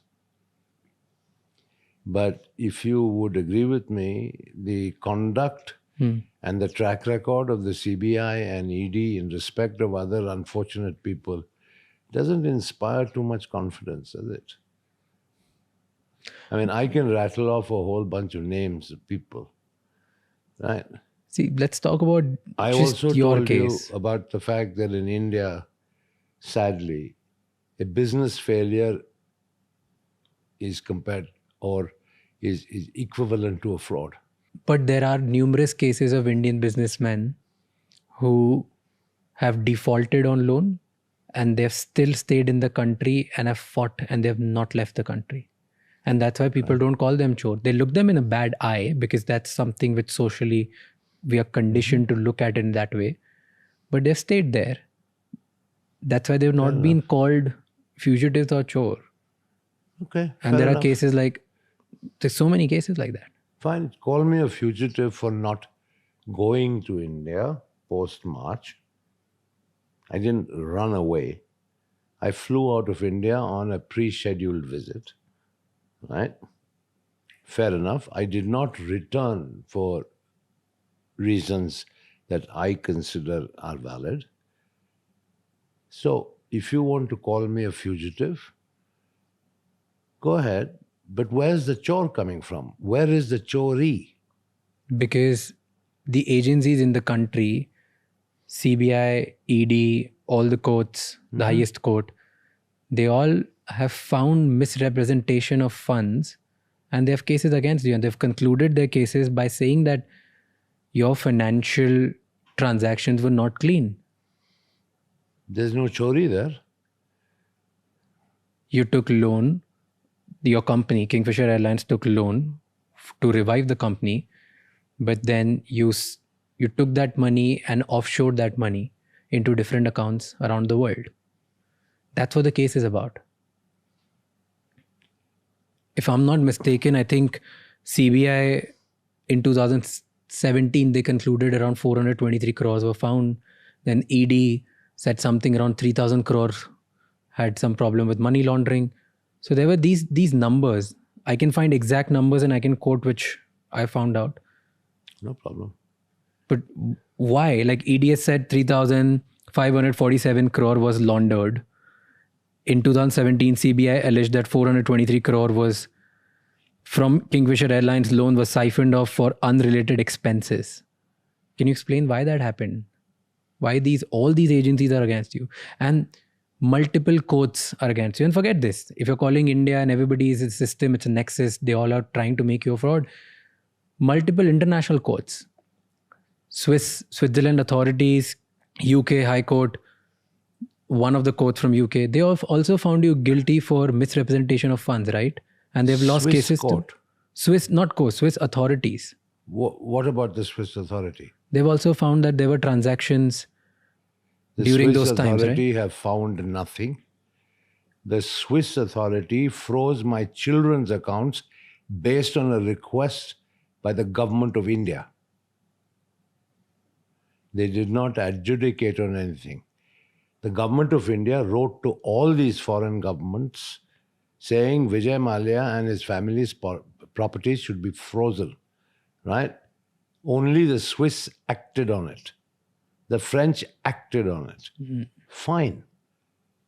They were not stolen properties or acquired from any money due from Kingfisher Airlines to the banks. There is absolutely no evidence. The CBI and ED are well known to concoct, fabricate, and present false evidence.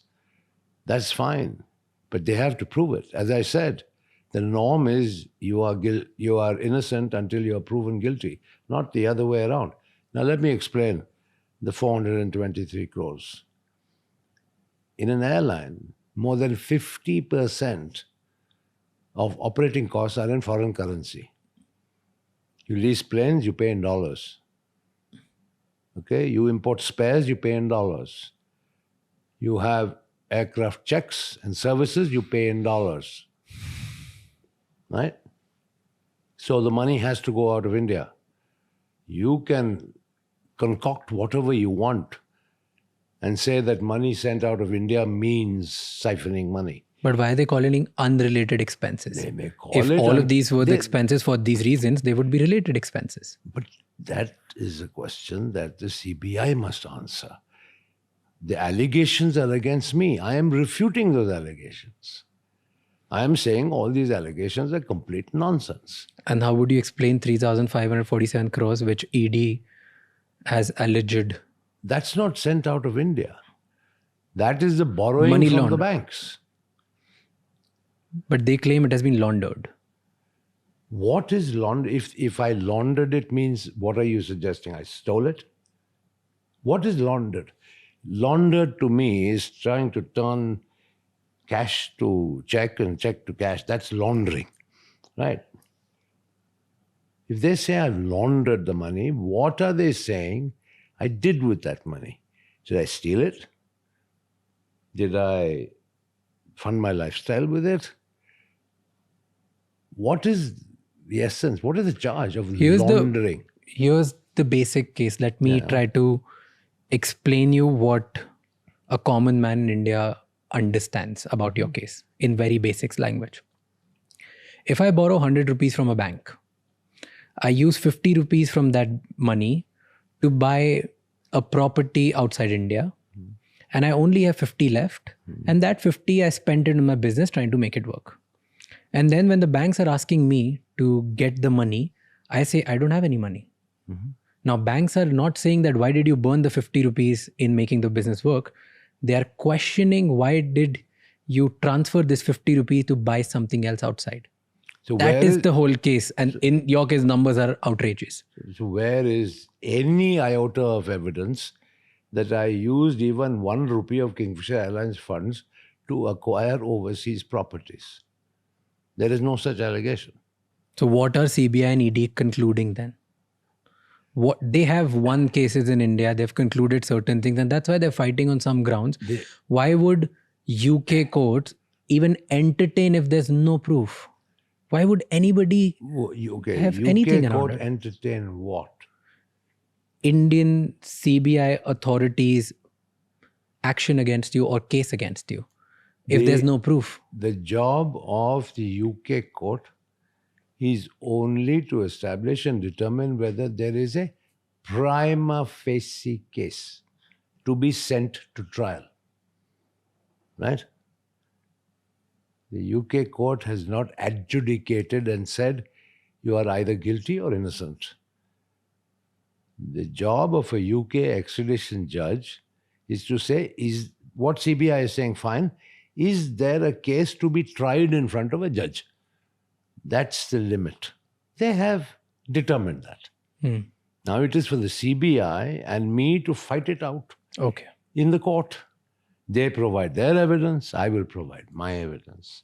Okay, so that's as far as the UK court is concerned. Got it. So it has just gone to the trial. So, absolutely. Okay. What is the allegation? I misrepresented the Kingfisher financials, Yeah. right, to the IDBI. Yeah. I colluded with the senior management of the IDBI to get the loan, right? And then I misused the proceeds of that 900 crore loan. This is the 3 allegations. The allegation, sub-allegation about Formula One team sponsorship. I responded to you earlier. Yeah. The Formula One team sent back 10 million pounds to Kingfisher Airlines to help it. All right? They brought in Royal Challengers Bangalore as a cricket team. That was the sponsorship money paid, right, for the umpire's uniform, where it said Fly Kingfisher. It was a pure, for advertising. Of course, the CBI says it was misuse of funds. Fair enough, everybody is entitled to their opinion. But when the case is tried before a judge, it is the judge who will decide who's right, who's wrong, whether this tantamounts to siphoning or diversion or improper use. In terms of the collusion, right, there is not an iota of proof. Not an iota of proof. I met Chairman Agarwal twice. And in 2 meetings, along with 4 other executive directors of IDBI Bank, is it at all conceivable that I would be able to make some sort of corrupt, backhanded arrangement with them? Absolutely not. But the loan was subsequently approved by the IDBI board. If there was something so blatantly wrong in the sanction process, because Kingfisher didn't meet the norms, right? Kingfisher's financials were weak. Yes, I agree. But the board of the IDBI Bank would have found out and commented upon it themselves. They approved it. Because the CBI are making allegations, all of which are fine. But there is an equally robust defense against these allegations. in the same case, when it comes to IDBI and all the consortium of banks which gave you loan. It is also said that there was an independent agency from UK which put out a brand valuation of 4,100 crores on Kingfisher's brand. But in reality, the brand value was only 160 crores when later was audited by an independent valuer. And that was the mismanagement, and that was the collusion between you and the IDBI board and stuff. That you sold them and you misrepresented the brand value, which in reality was not the case. Okay, so let me tell you, there was no UK independent agency. Grant Thornton. Grant Thornton is a very, very well-established accounting company hired by me, not by anybody else. And the other company was Brand Finance. Both these companies gave a brand valuation, right? I submitted the Grant Thornton brand valuation report, right? The bank took it.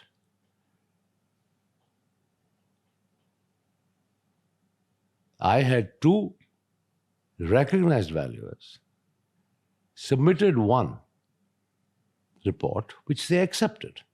Now, is that fraud on my part? If they didn't want it, they said, this is not worth the paper it's written on, tear it up and throw it away, I would have done so. It's all very well in hindsight to construct a case with all sorts of frivolous allegations. And fine, if it's got to be in a court of law, thrashed out, it will be. But how is Supreme Court favoring all of these then? Because None of my cases in the Supreme Court. Supreme Court ordered you to disclose all your assets on Yes, I did. 21st April 2016, right? I duly did. And they also asked you to pay bank a substantial amount to show your commitment that you're ready to pay everything, because you kept saying that you were ready to pay. Right? Did you do that? I made all the disclosures under oath on behalf of myself and my entire family, including my children. Now, what's the case? Now, where is this heading? In your words, explain me. Okay, forget all of these things. We'll come back to what happened on 25th February, which recently you did, filing a petition to Karnataka court. Yeah, so let them give the statement of account. Yeah, so we will And come to that's the that. least. But in your words, in simple words, give me a summary of series of events, what exactly happened and why are you in trouble? If I could just ask you to do it in like next 4-5 minutes. You left the country. You didn't intend to leave the country. You just left because there was a pre-scheduled meeting. Then after a month, you get to know that you've been suspended. Your passport has been suspended. 8-9 days later, it gets revoked. And since then, you're stuck here. In middle of it, you get the extradition process gets started. 2 times you get arrested, but you have been granted bail. The case gets to trial. Now CBI, ED, the government in India, everybody finds you guilty. Nobody found me guilty. I mean, that's what they're calling it, right? They're giving you names. Okay, everybody has given you a tag of, let's just not use the word guilty. The CBI trial hasn't taken place, Yeah, so so the question CBI of guilt doesn't arise. Yeah, so CBI, ED, multiple courts, the government, people of India, everybody calls you fugitive, fraud, chore, bunch of different things. Anchors, news, media, everybody calls you that, right? And you have been publicly through your Twitter, on multiple occasions, you have been saying that, hey, I want to pay the money. I really want banks to listen to me. And you have been very clear about it. There have been multiple attempts from your side.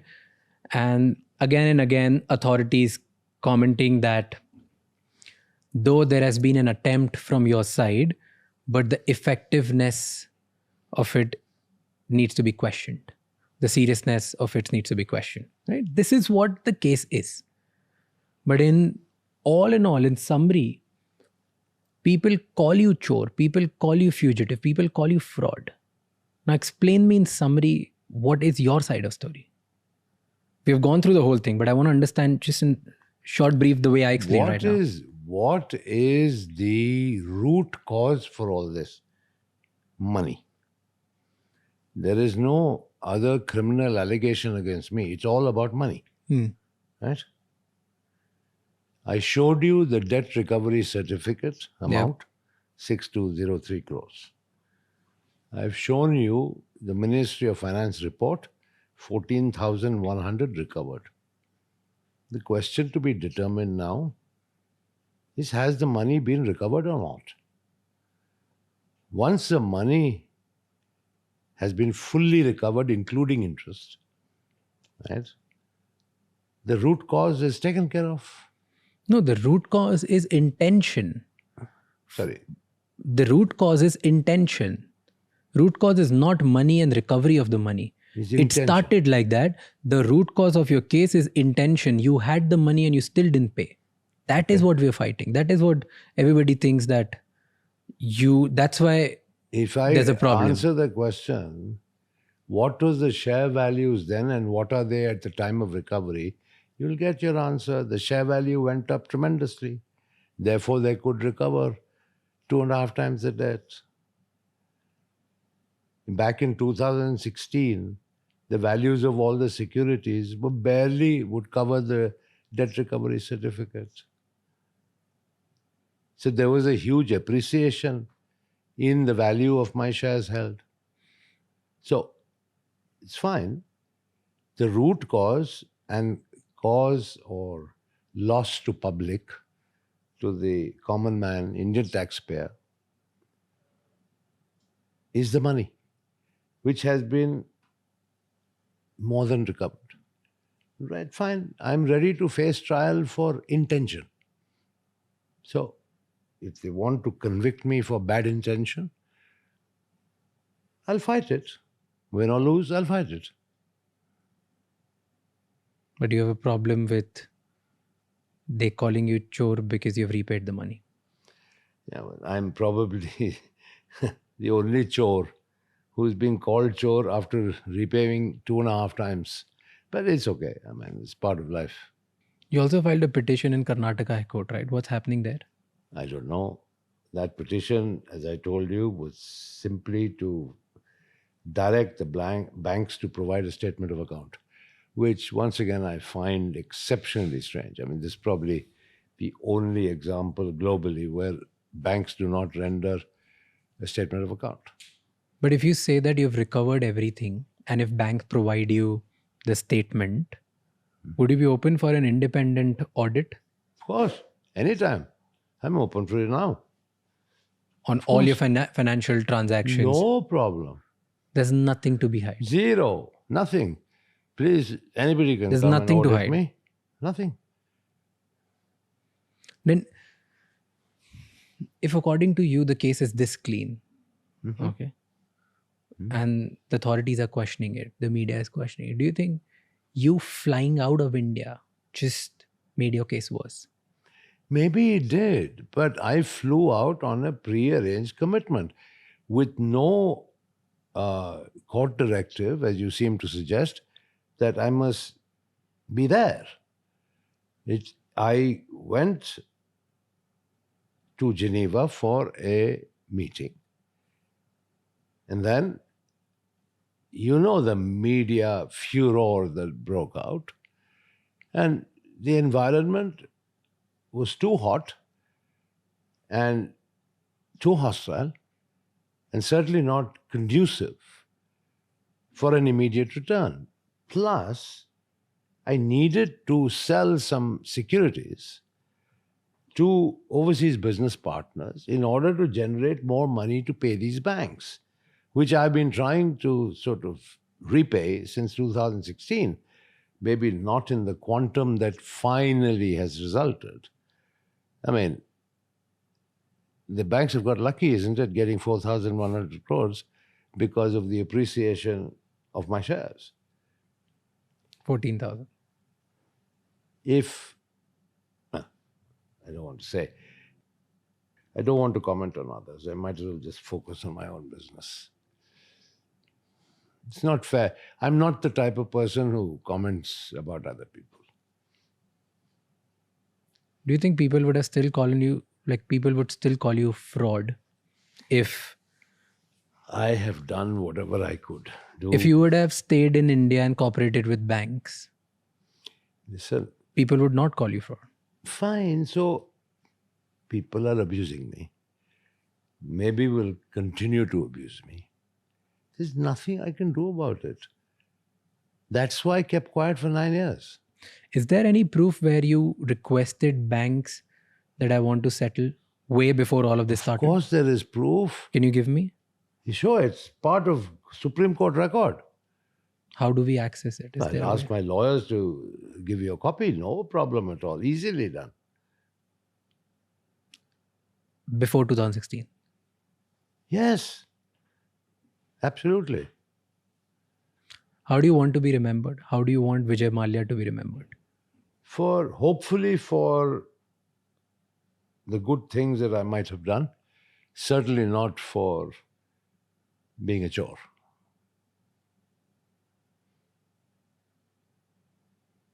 Perfect. All right. Okay? Thank you for doing Chalo. this. You're welcome. Thank you so much for walking us through every little detail of your case, your life, and what's going on. I just hope that whichever party is right wins and people see it the way you want to deliver it, and people see through every little thing which they must have fed in a bad way or wrong way. I don't know which side they will believe. I don't know which side media will believe. I don't know which side the authorities will believe in. But I hope they do the right thing. So thank you so much for walking us through every little thing. Good. Thanks for being here. Thank you.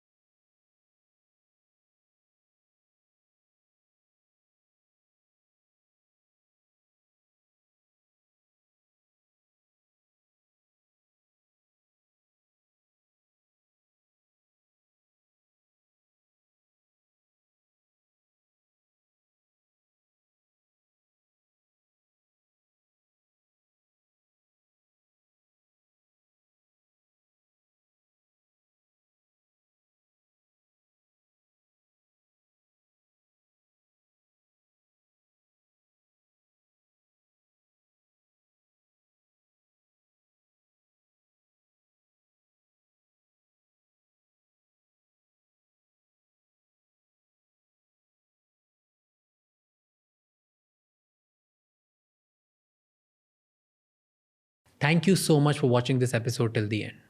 I take these kind of episodes with utmost responsibility. I'll see you the next time. Until then, keep figuring out.